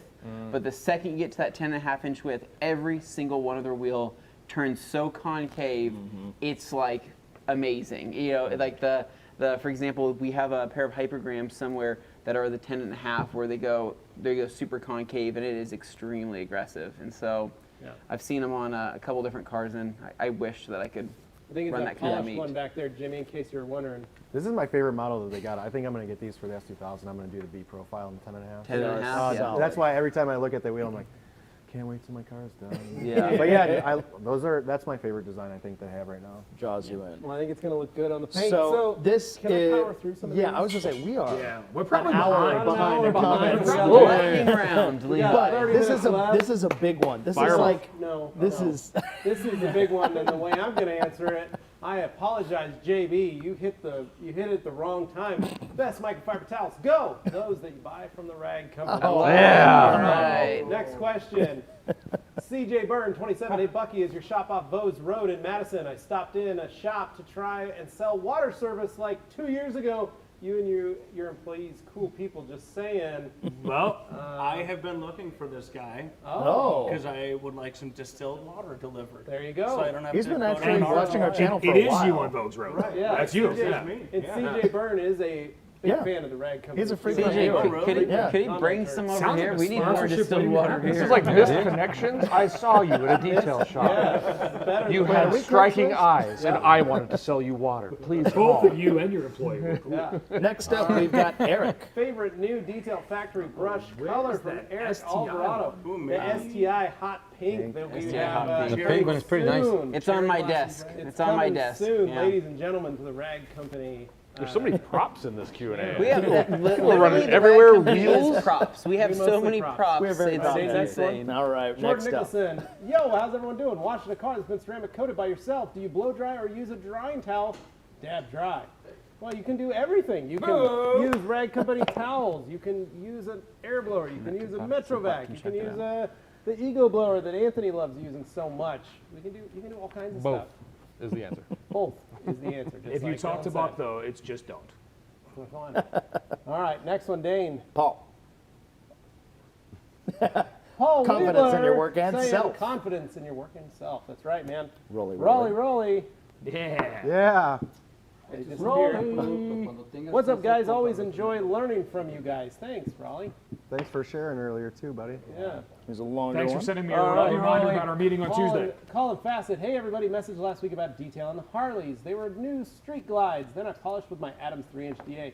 Put my pearls and soaked in R2R for my Car Pro UK 3.0. Strip everything. Put my pearls and soaked in rags to riches for my Car Pro UK. Pro UK 3.0. Well, strip everything. It may strip everything off the towels, but I always ask that you don't reuse towels that you use for coating. Use them for interior jobs, wheels, dirty jobs, Better all that safe good than sorry. stuff. Yeah. Well, we are on to a next All page. right, next page. Let's go fast. Boom. Super chat, $5 from Wow. Brian Mueller. Everybody All clap. right, nice, yeah. $5 super chat for Mercedes fake leather. MB Tech. I plan to use a ceramic coating. Best way to clean and condition. Same with their fake wood with clear on it. So with that Mercedes-Benz MB Tex. It's vinyl. Vinyl. You can use actually you can use the Color Lock new leather kit. Perfect. Comes with conditioner, comes with sealant, and comes with a mild cleaner. And you can knock them both out, and you're not going to have any issues. So, Dabbler Details next. If you were all to start a podcast together, what would the name be? Eric's detailing. Oh, okay. BUKS Hot Steam Bath. Oh, okay. Wow, we're all just in this tub together. Buck and Okay. Juan Steam Talks. Hot extractor bath. Yeah, hot extractor bath. Steam bath sounds way more relaxing. well, Adorable. It could also just be Beers dumb. and truck. steam. Two beards in the Arpad. corner. Two beers in the corner. Arpad 61 saying, how's the Jason, how's the Unos Roadster project coming along? Do you think you'll have a similar crew like the panel here to work on it? Oh, man. Yes, we have some great plans for it. We've torn it apart. We've got 4 videos that are recorded. We're just waiting on editing and getting them out. That's the biggest problem we have now. We got about 20 videos that were stacked on behind. So yes, I'm going to have some awesome people coming out and helping us put in the engine and do some of the, we still haven't decided whether we're going to paint it or put vinyl wrap on it yet. So, but yes, absolutely. There you go. Seth Price, local fanboy, saying, fanboy here, I'm excited to see the top dog and would like to know if I would be allowed to come down there for a meet and greet after this podcast is over. This was posted 1 hour ago, so boy. you've got about 30 minutes left. I thought I heard knocking at the back door. All right, Colin Fassett, also big differences going from an Adams 3-inch to a Rupes Mini. I don't detail for a living, but detail often. I'm looking to do more paint correction and up in my game. When is the time to move up? Today. Yeah, do it today. Thanks for that. You're welcome. Yeah, get yourself one. All right, quick shout out to Jimmy and his awesome Miata from Carson Black. Yeah, Oh, yeah. Yeah, it does have an awesome Miata. We are still 1 hour behind on these. Oh, We've man. not made up any time, Dane. All right. Good afternoon, everyone. Dirty Devil Detailing. Thank you for taking time to educate us with your knowledge. Dylan, what would you say is the best way to clean your pads?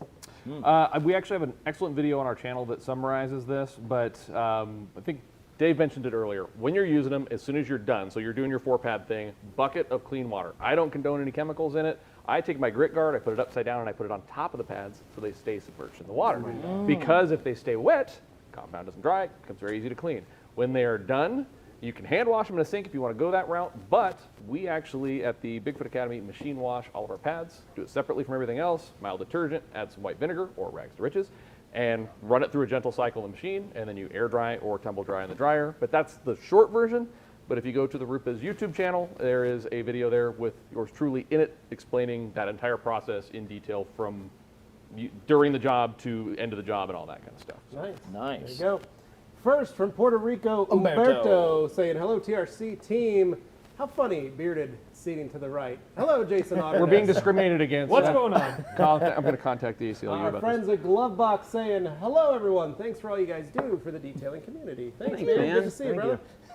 Umberto saying, except for one. Oh, sorry, Dave. Ruben Ramirez saying, no question here, but just want to stop by and thanks Jason for putting in my drain. Great.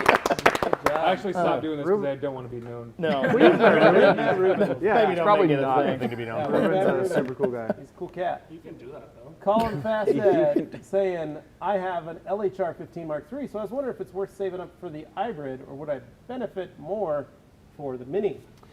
It really depends on the kind of cars that you do. Some cars don't. I mean, if you're on a lot of cars with a lot of intricate detail, then you almost need a Nano because there's just certain areas you're not going to jam a 3-inch pad into.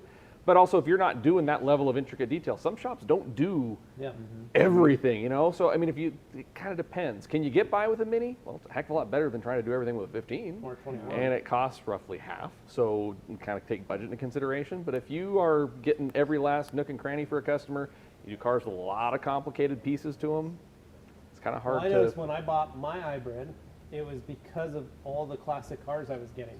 And it was really, really difficult. Firewalls when and- you got 30s, 40s, and 50s cars that you're having to polish with a 21. Yeah, they don't really fit And well. I was like, not going to have my guys doing that. That's we enough of that. were unfortunately down to only one Nano here because I was not smart enough to send in more, but we fought over the Nano on the Subaru because there was enough areas, especially with all the parts off and being sanded and stuff that we needed a 1-inch pad. That wing. That wing. That wing. Hey Dane, what if we each took 5 lightning fast? Yeah, why not? Let's do Right? this one. Well, Go here's right an here. easy one. You can Here's start one. with our buddy Lars. Lars. Hello, you large-handed Hello. German. Hi. Hello, Saying hey. Next. Lars is a Next pretty is good shot. Alex. Eric? Yeah, one is a citrus, one's an older. You gotta an read the older question. goat. Well, you got to Then read it answer for the the folks at home listening. They're not looking at this? No. They All might be right. listening on a Hey, podcast all, in the future. How does W2 differ from W5? Also, do you prefer to use a tornador or pad bucket to clean the pads? So W2, it's just an older, more caustic build. W5 is a newer citrus build. They both clean. I happen to like W5 better. And I would be a dry tornador guy to clean my pads. Okay. Next up, Kevin, 53. Or Kevin. You want me to do 5? No, It was a great idea. Yeah, it was yours. So many knowledge in the same room, you will make my brain, I think you meant explode. Thanks for sharing with us and have a great weekend. You too, Kevin. And then I've got Sean McNally here. You guys would think I'm nuts. I've used the same pads for several cars. Sean, You are nuts. You're a painter. We will convert you. All right, who wants the next round? We got take somebody to take him? I'll take it. You'd have All to right, read them. Dave's got him. Okay. Next up, Chum Bucket. That's a great name. As a matter of fact. Had any of you ever used a chemical product tool incorrectly without knowing throughout your detailing career? Also, hello TRC gang, GGWP. Yeah, I mean, I would assume that Absolutely. everybody's used something incorrectly. Absolutely. I came from a body shop industry. They rip up directions, so that's just the mentality that a lot of people have. But yeah, I've used products incorrectly. We all have. I think everybody has. If they're not, they're lying. You haven't learned if you haven't. Well, I think all of us have heard the line by somebody older than us that goes, "We just gotta reflow that clear. Yeah. Keep that panel on, reflow that clear." And next up, Caleb here. Dave, you got him too. Hey guys, so much knowledge here in one room. Been doing a lot of paint correction lately. What is the best budget paint depth gauge that is still reliable? I would like to better know what I'm working with. Honestly, it's always been the Highline, but that I think the one that Jason's got now. The X-Techs are good. You can get those on Amazon for like, I think they're under $300. Yeah, They I might just- be under Yeah, 200. the next paint gauge that I have. The next, yeah. It's a USB. You can use it right on your phone, and it actually has some cool, unique features on it. It has a report that you can actually do, so you can go in there and measure different parts of the car and actually report it right to your phone. You can actually do like export it. diagnose on the Can you say that in vehicle. So English, before you do the correction and after the correction, so you can actually just sell the diagnosis Diagnosis. Honestly, to the customer too, dial because what? some customers, they have collectible vehicles and they like the idea of knowing what's the diagnosis on their paint. Yeah. So The for most the important resale. part of that paint gauge thing that So most guys that- overlook, it doesn't matter if you get the most expensive or the cheapest one, all of them come with a calibration kit. And I cannot tell you how many times I've watched a guy take it right out of the package and never calibrate it, and that means all your readings are wrong. Calibrate the thing all the time, and I don't care if you buy the cheapest one you Yeah, can you gotta find. calibrate it sometimes every month. It's Yeah. smart depending on how many Yeah, cars you're going as long as you're calibrating it, even if it's a cheapie, you're going to get semi-accurate readings, and that's really the most important part. I'll finish that off. When you calibrate, make sure there's no metal underneath it. Yeah, there's that too. It might mess you up. So go to ChicagoAutopros.com and pick that up. Bang. Cool gauge for the price. Minister of Fresh. Checking in, fam. Hope you are having a great week. Random question for your panel. What are your favorite pants to wear when detailing? I'm always afraid of zippers. None. I knew you were going to say birthday suit pants. Yeah, I don't know. I use like workout pants and stuff like that. You just got to make sure they don't got the zipper on the butt or something like that. You know, you got the key pocket for when you're a runner. Come on, man. Don't look at me like that. So, You don't want to scratch somebody's leather when you get in. So you got to remember, I am. Learn something new I about this come guy from every day. the old school training of like you just don't lean on a car, period. Yeah. And so I would wear Carhartt double knee duck twills with the rivets. I never had an issue with it because I don't rub my legs on the car or my groin on the Well, car. as Buck now knows, though, True. that you don't twerk with your keys in your back pocket. in You your don't car. twerk with the keys in your back pocket. So here's the Tech tip. deal. I usually wear something that gives me a little stretch because Okay. sometimes I'm crawling around, I'm on my feet, but I'm squatting. I need something that I can do them deep knee bends. Need the and I can flexibility. Squat. So Yeah, I go more for stretch comfort jeans, than anything more for else. comfort. It's- Yeah. Me too. Now, Comfort. in the heart of paying the bills, any pant manufacturer out Yeah. there that wants to support what we're doing, just give us an email. Yeah, I'm a big fan of the, as I like to refer, Action Man pants, where you can unzip the legs. Yes. Not only do I wear them for travel, that's Wow. my travel pant when we're on a plane.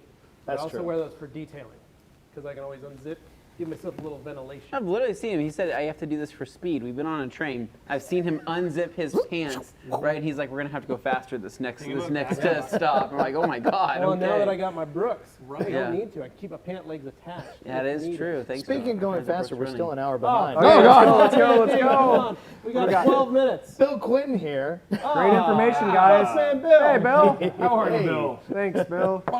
All right, Jason, you got alkaline toe pad. Howdy from Texas. I got a hook and loop backing plate that isn't holding onto the edges of the pad anymore. Can it be restored, or should I just replace it? Get a new one. They're cheap. Yeah, get any Backing plates are wear items. They're supposed to be replaced. I usually equate it to it's like brake shoes and brake rotors, right? You have to, or brake pads and brake rotors. You have to do the pads more frequently. That's your pads. Yeah. Your rotors eventually either need to be replaced or they need to be serviced. Your backing plate is the same thing. It's a longer term wear item, but it's still a wear item. You need to Can't replace you it. just turn the rotor?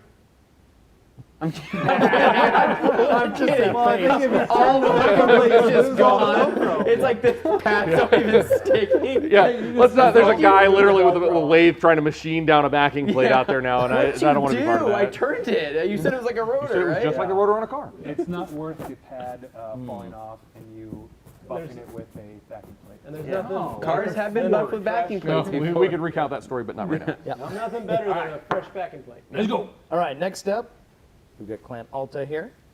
Jason, The you Red again. Company's wheel face brush is made of flagged nylon, I believe. I always Yes. heard that boar's hair is the only safe material for wheels besides microfibers or the synthetics from Detail Factory. No, that is false. So, flag tip nylon has been around in the car wash industry for eons, 50, 60 years. Very safe, very effective. Now, as hairs and people have started using stuff, depending on the type of clear that manufacturers are using, you need to go with soft bristle brushes like flag tip nylon or some of our Detail Factory soft bristle brushes. You still can use boar's hair. However, there are certain boar's hair that have a tendency to scratch more because of the actual way that it's chemically bleached. There are the bleached boar's hairs, and then there are the unbleached boar's hairs. So we always try to say our black boar's hair Detail Factory brushes, great for wheels. Our soft bristle brushes, great for wheels. And the flag tip nylon, great for wheels. Yeah, and there's multiple things. I would say the flag tip nylon, that's something where typically when you're using that brush, you have so much lubrication on the wheel to begin with, because that's a brush you're typically going to be using with a soap and water wash. So after you rinse down the wheel and spray on your favorite cleaner or foamant or whatever you want to do, it's not going to hurt anything. And if you're really worried about it, I would say then just use like a microfiber towel. I tell people if you're really stressed about your wheels, and so because gloss black or gloss black powder coat, that will scratch no matter what you use. It just will. So, but that's like worst case scenario. So. Okay. Now, Jeff C. Yeah. Eric, I'm going to do CSL, possibly EXO on a friend's car soon. He wants to drive it home the same day. If it's raining, if it isn't raining, is it safe for him to drive 20 miles home? Worried about dirt and bugs. Right now, spring, summer, so let it sit for an hour or two and send it home. If you are nervous, little C2V3. Good to go. Okay. all right. Ooh, Hot question from Facebook, Manny Shafi. Hey guys, where do you source your microfiber from? From our factories in South Korea and China. I was going to say Boise, Idaho, but I guess Boise. They come From here. a little knitting Here, shop they're up the shipped street. around the world. So it's just a room full of old ladies sewing towels together. That's right. All right. rolling. Sharing info from Rolly Rolly. Sharing info and standards help legitimize our industry and can help differentiate to the customers those of us that choose to invest in our knowledge and skill set from the guys that just buy something else. Awesome. This one's for Eric. Thomas Corella. Eric, what's your favorite part about your trip to Costa Rica? Coming back as well as the other panelists. Quick, we got to listen to sentence. Just surfing. All right. that's Efren surfing. Aguilera, I want to start learning how to polish. What machine pads polish? Should you recommend me start with something like an all-in-one? Yeah, pick up a 15, pick up a couple yellow LHR pads, 15 and, ES, Uno Protect. yellow wool pads, Uno Protect. Done. You can Boom. do everything with Have it. fun, enjoy. Nog.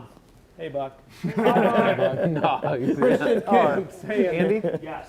thanks, guys. PPF it is. Gary Robinette. Just do it.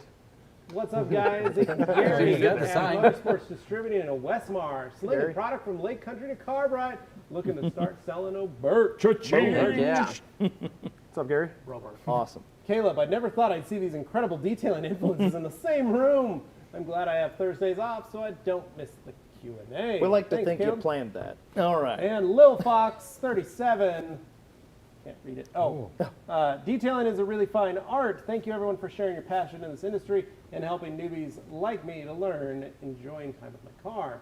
Thank you. All right. Good luck. Lex Garage. Oh. The Dream Team. Abel Celestine. So after extracting, do you guys put some sort of fabric protection on the carpets and cloth upholstery? Smart fabric. Yes. As long as the customer's paying for it. As long as they're paying for it, exactly. It's not inexpensive, so yeah. David Cervantes, hey guys, so my hood is corroding, typical aluminum jump. Repainting my whole front end, including color matching the grill. Should I PPF the grill or not? Yes. Yes. Yeah, you can.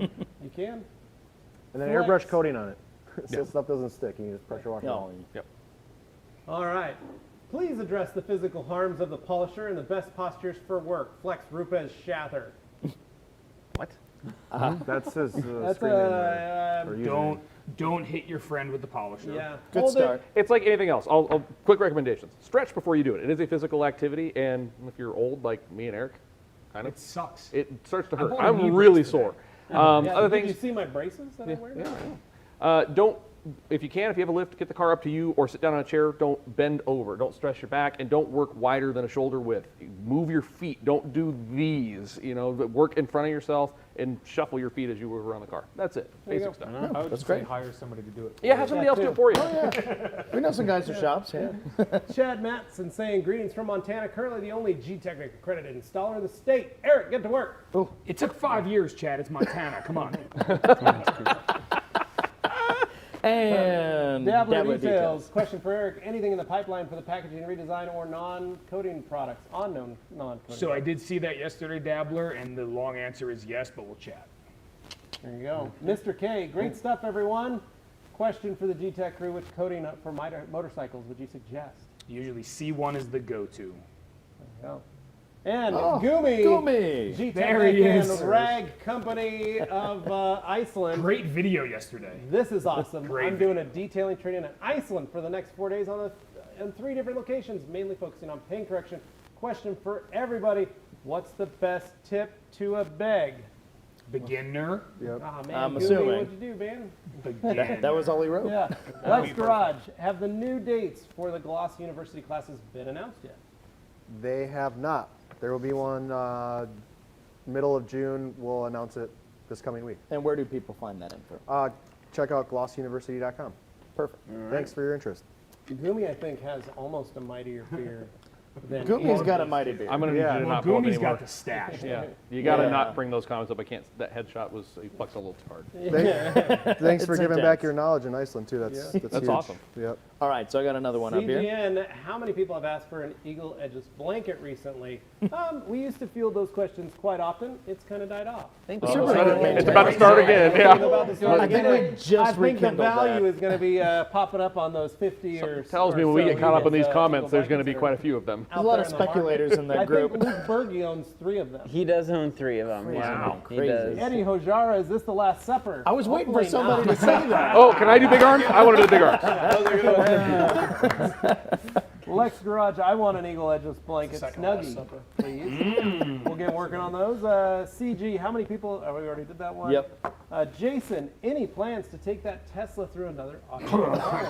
It is fully wrapped in PPF, so I think it'd be safe. But Ooh. no, I'm done. One and done. That was enough. Don't. Chris Marcial, good afternoon, TRC crew and company. What are your thoughts on customers that want ceramic coating and don't care about paint polishing?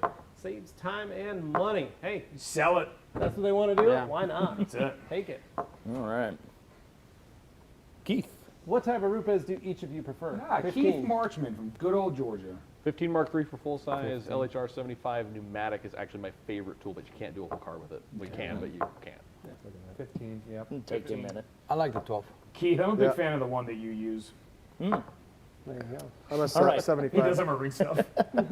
Now we are back to the first page of comments, so we Okay, can we kind slow of down. like. Well, we've only got 6 calm minutes, down. Dane. We're still 33 minutes behind. That math doesn't Dane, work. keep that going. page, that's the Dane. whole page right Okay, there. I just put it on. Whew, okay. Rolly. Rolly, I've been working with color lock a lot since I left the detail-wise class in January. Having a quality answer for interiors is awesome. That a Yes, boy. it is. Great. All right, now this one I think we already addressed. Flex Yeah. Rupes Chandler here. Let's go back Dan to Digna. Airplane Tophat. Dan Digna, our good friend. GTECHNIQ questions, how many layers of C1 do you recommend? How much time between layer applications, and should I consider topping it with EXO? Go ahead, Juan. 1 layer of C1. One layer. One or layer? One layer. Only One one. layer. On 1 layer. Just one layer. Perfect. I would top it with EXO. Yeah. It's Oh, pretty. well, I mean, without yeah, one EXO, layer it's really of, sticky. of C1 and then top it with EXO, yeah. Okay. And 12 hours. Yeah. Sweet spot to overcoat. following that up, we've got Imperial Auto Spa. Eric, you didn't like my graphing question? I thought it was Chad's graphing question. Oh, Well, he's kind of bouncing around here. Wait a minute, does Chad have two? Maybe. Andy says, when would you use CS1 rather than CSL? C1. Yeah. Yeah, he corrected himself. C1. There you Andy, go. on the older, or I always say weird stuff. So if it's base clear, CSL. If it's not, C1. Okay. This is another one for Eric here Lil from Lil Fox. Fox. Go ahead, Eric.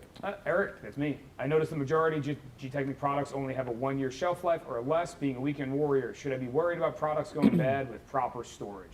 No, and honestly, don't buy the larger 5 liters if you're worried about it. A 500 mil is going to be about a year for a part-timer. Okay. Excellent. I've got D-Man Force 4 here. Hi, everyone. Was just turned on to detailing. What's the best way for a noob to start polishing? I'll direct this towards Dylan. There's a couple of ways. Junkyard hoods, and you got to get something to practice on that isn't your friend's car or your own Your car. friend's car. Yeah, but you can also find, if you go to a body shop, a lot of the times they're going to have takeoffs because they've replaced a panel and they have to actually pay to dispose of them. So if you come and say, hey, I'll take those, they will give them to you for free. Yep. Another thing, and I don't want to piss off our friends at Enterprise Rent-A-Car, but you can rent a car and $9 a day insurance. Oh, boy. Do pretty much anything you want for $9 a day, so practice. I mean, that's the main thing. You can watch a bunch of YouTube videos and get the basics down, or you can learn from somebody, but until you actually do it and get a feel for it and get the muscle memory, you're not going to be able to advance at all. Practice panels are where it's at. Yep. Yeah. Ooh, All and right. this is a hot question. SJ saying, what's the best way to get a free Rupes polisher? To buy it. I don't know. Let me know when you find out. The easiest way? Yeah, I wish I knew. You take some of that cold hard cash, Yeah. and then Well, you see, go they to a are- website that sells them. Well, here's and the then deal. You buy it. You and buy then it on credit, Pay the okay? money with it.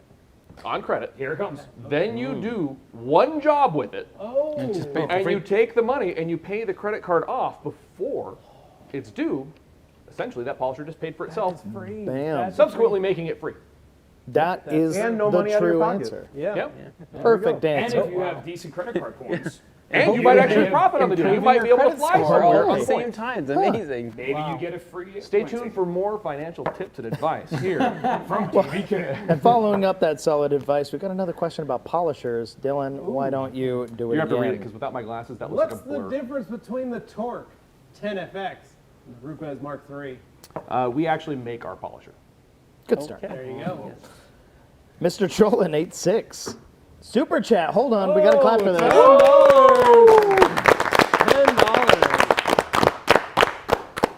All right. What's it say, The Levi? TRCREX is looking epic. Congrats to everyone. To everyone on the podcast, thanks for all the amazing content you guys curate for all of us, especially through this pandemic.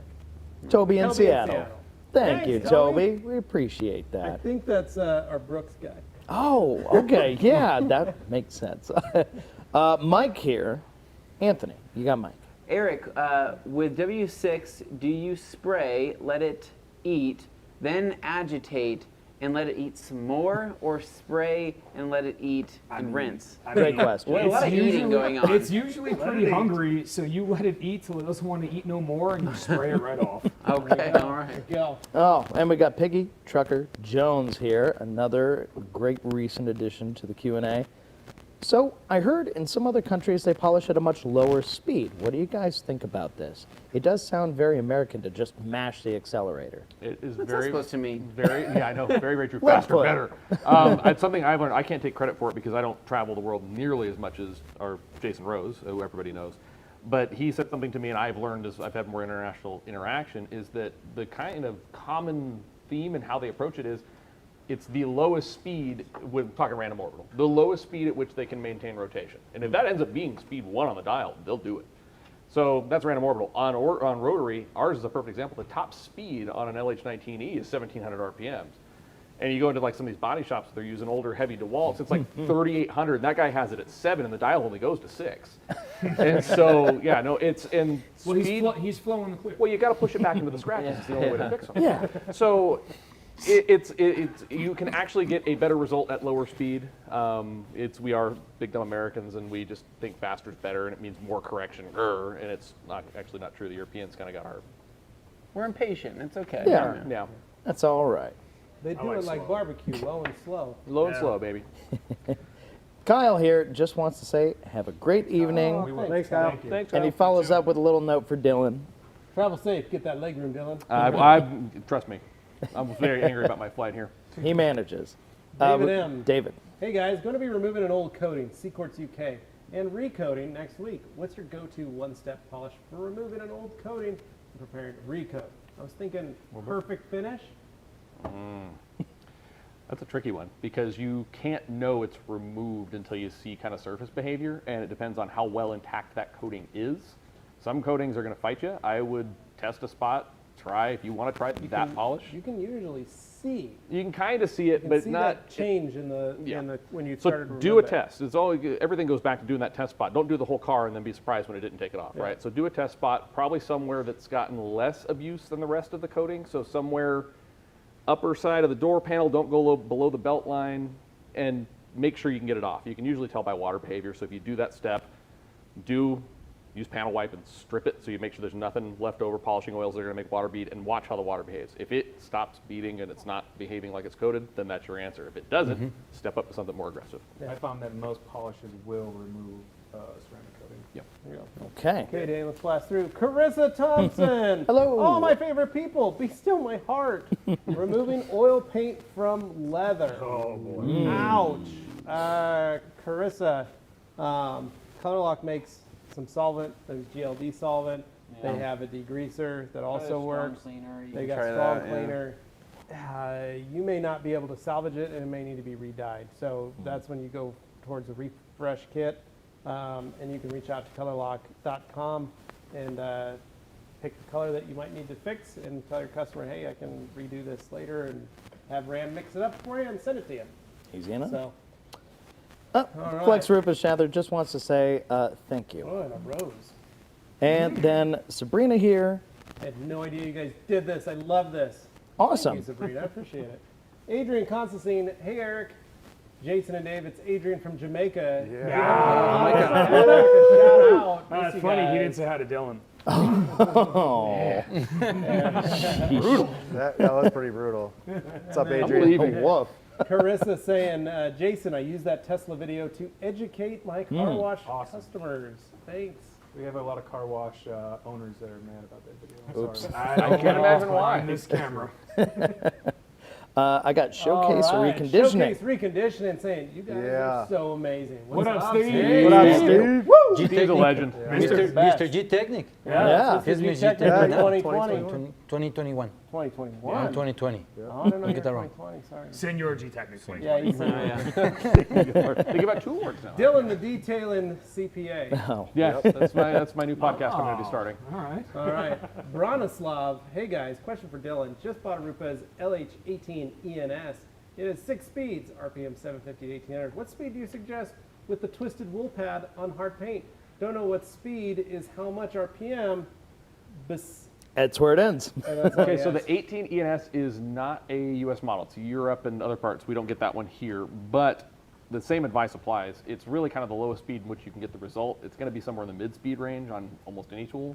So start around 3 or 4, do your test spot, see what kind of results you get, adjust from there. If you can reduce speed and improve finish, then do that. If you're cutting with a twisted wool, it's going to be you're not getting a really good finish anyways. It's a heavy cutter, so start maybe in that middle, and you're probably going to adjust up if anything. Okay. And then just a couple more here. I've got James. Anthony, why don't you read James? Yep, James. Dang, I can borrow that. My eyes, guys. Says, hey team, what an awesome lineup on today's podcast. Where do you think glazes fall in the lineup? Do you think they're just cheap enhancer? I think they fall in 1990.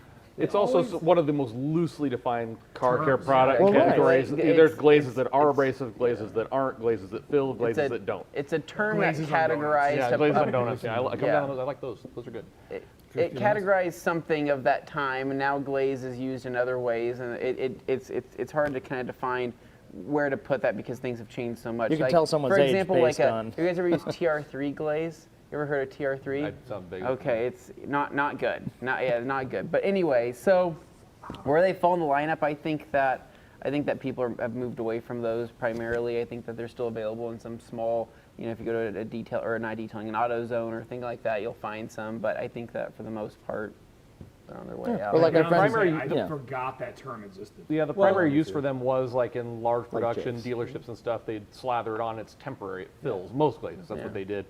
The only argument I could make for them is, let's say you're on something original car, original paint. It's super thin. You have nothing left to work with, and you just want to shine it up and make it look nice temporarily, maybe. But at the same time, there's a lot of coatings you could throw on that would also perform some filling as well. So it's really kind of a product category that's being left behind because there's really not a use for it anymore. So many other better options. Okay. All right. Just a couple left. We've got 007 Jams.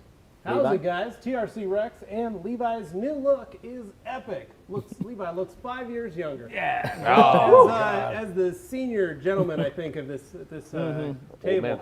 makes me feel good to know that think he I'm appreciates 5 that. years younger. And I think I'll make this the last one because it's the last one on my page. Adrian here, pop it up on the screen. When are you guys coming to Jamaica to work on some cars in paradise? Just waiting on my invite. That conversation was had, last week? Yeah. So it's on the list, buddy. Sounds like you it. go. All right, guys. So mostly from here on out, I'll wrap us up. Just Kirby Thompson saying thanks for the cast today. We really appreciate all you guys coming here, making this stuff possible. Obviously, the Q&A was a wonderful benefit, but we also got a lot of work done on the car. That was a lot of fun. Yeah. And you guys will be seeing those videos coming up here over the next month or two. But for right now, if you joined into the Q&A a little bit late, that's okay. This thing will be here on YouTube for the rest of the time, or at least as long as YouTube keeps it up. You'll be able to watch it later, or if you like listening, we do have available wherever podcasts are listened to for you. All right, guys, so anything left to say before I wrap us up and take us out?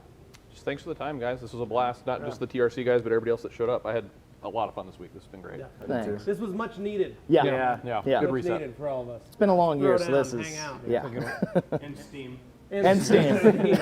And that's a great note to leave on. So thank you, Buck. All right, everybody. Stay steamy. Stay safe. It's been real. We'll Been catch you later. Have a great, great weekend. See ya. Adios.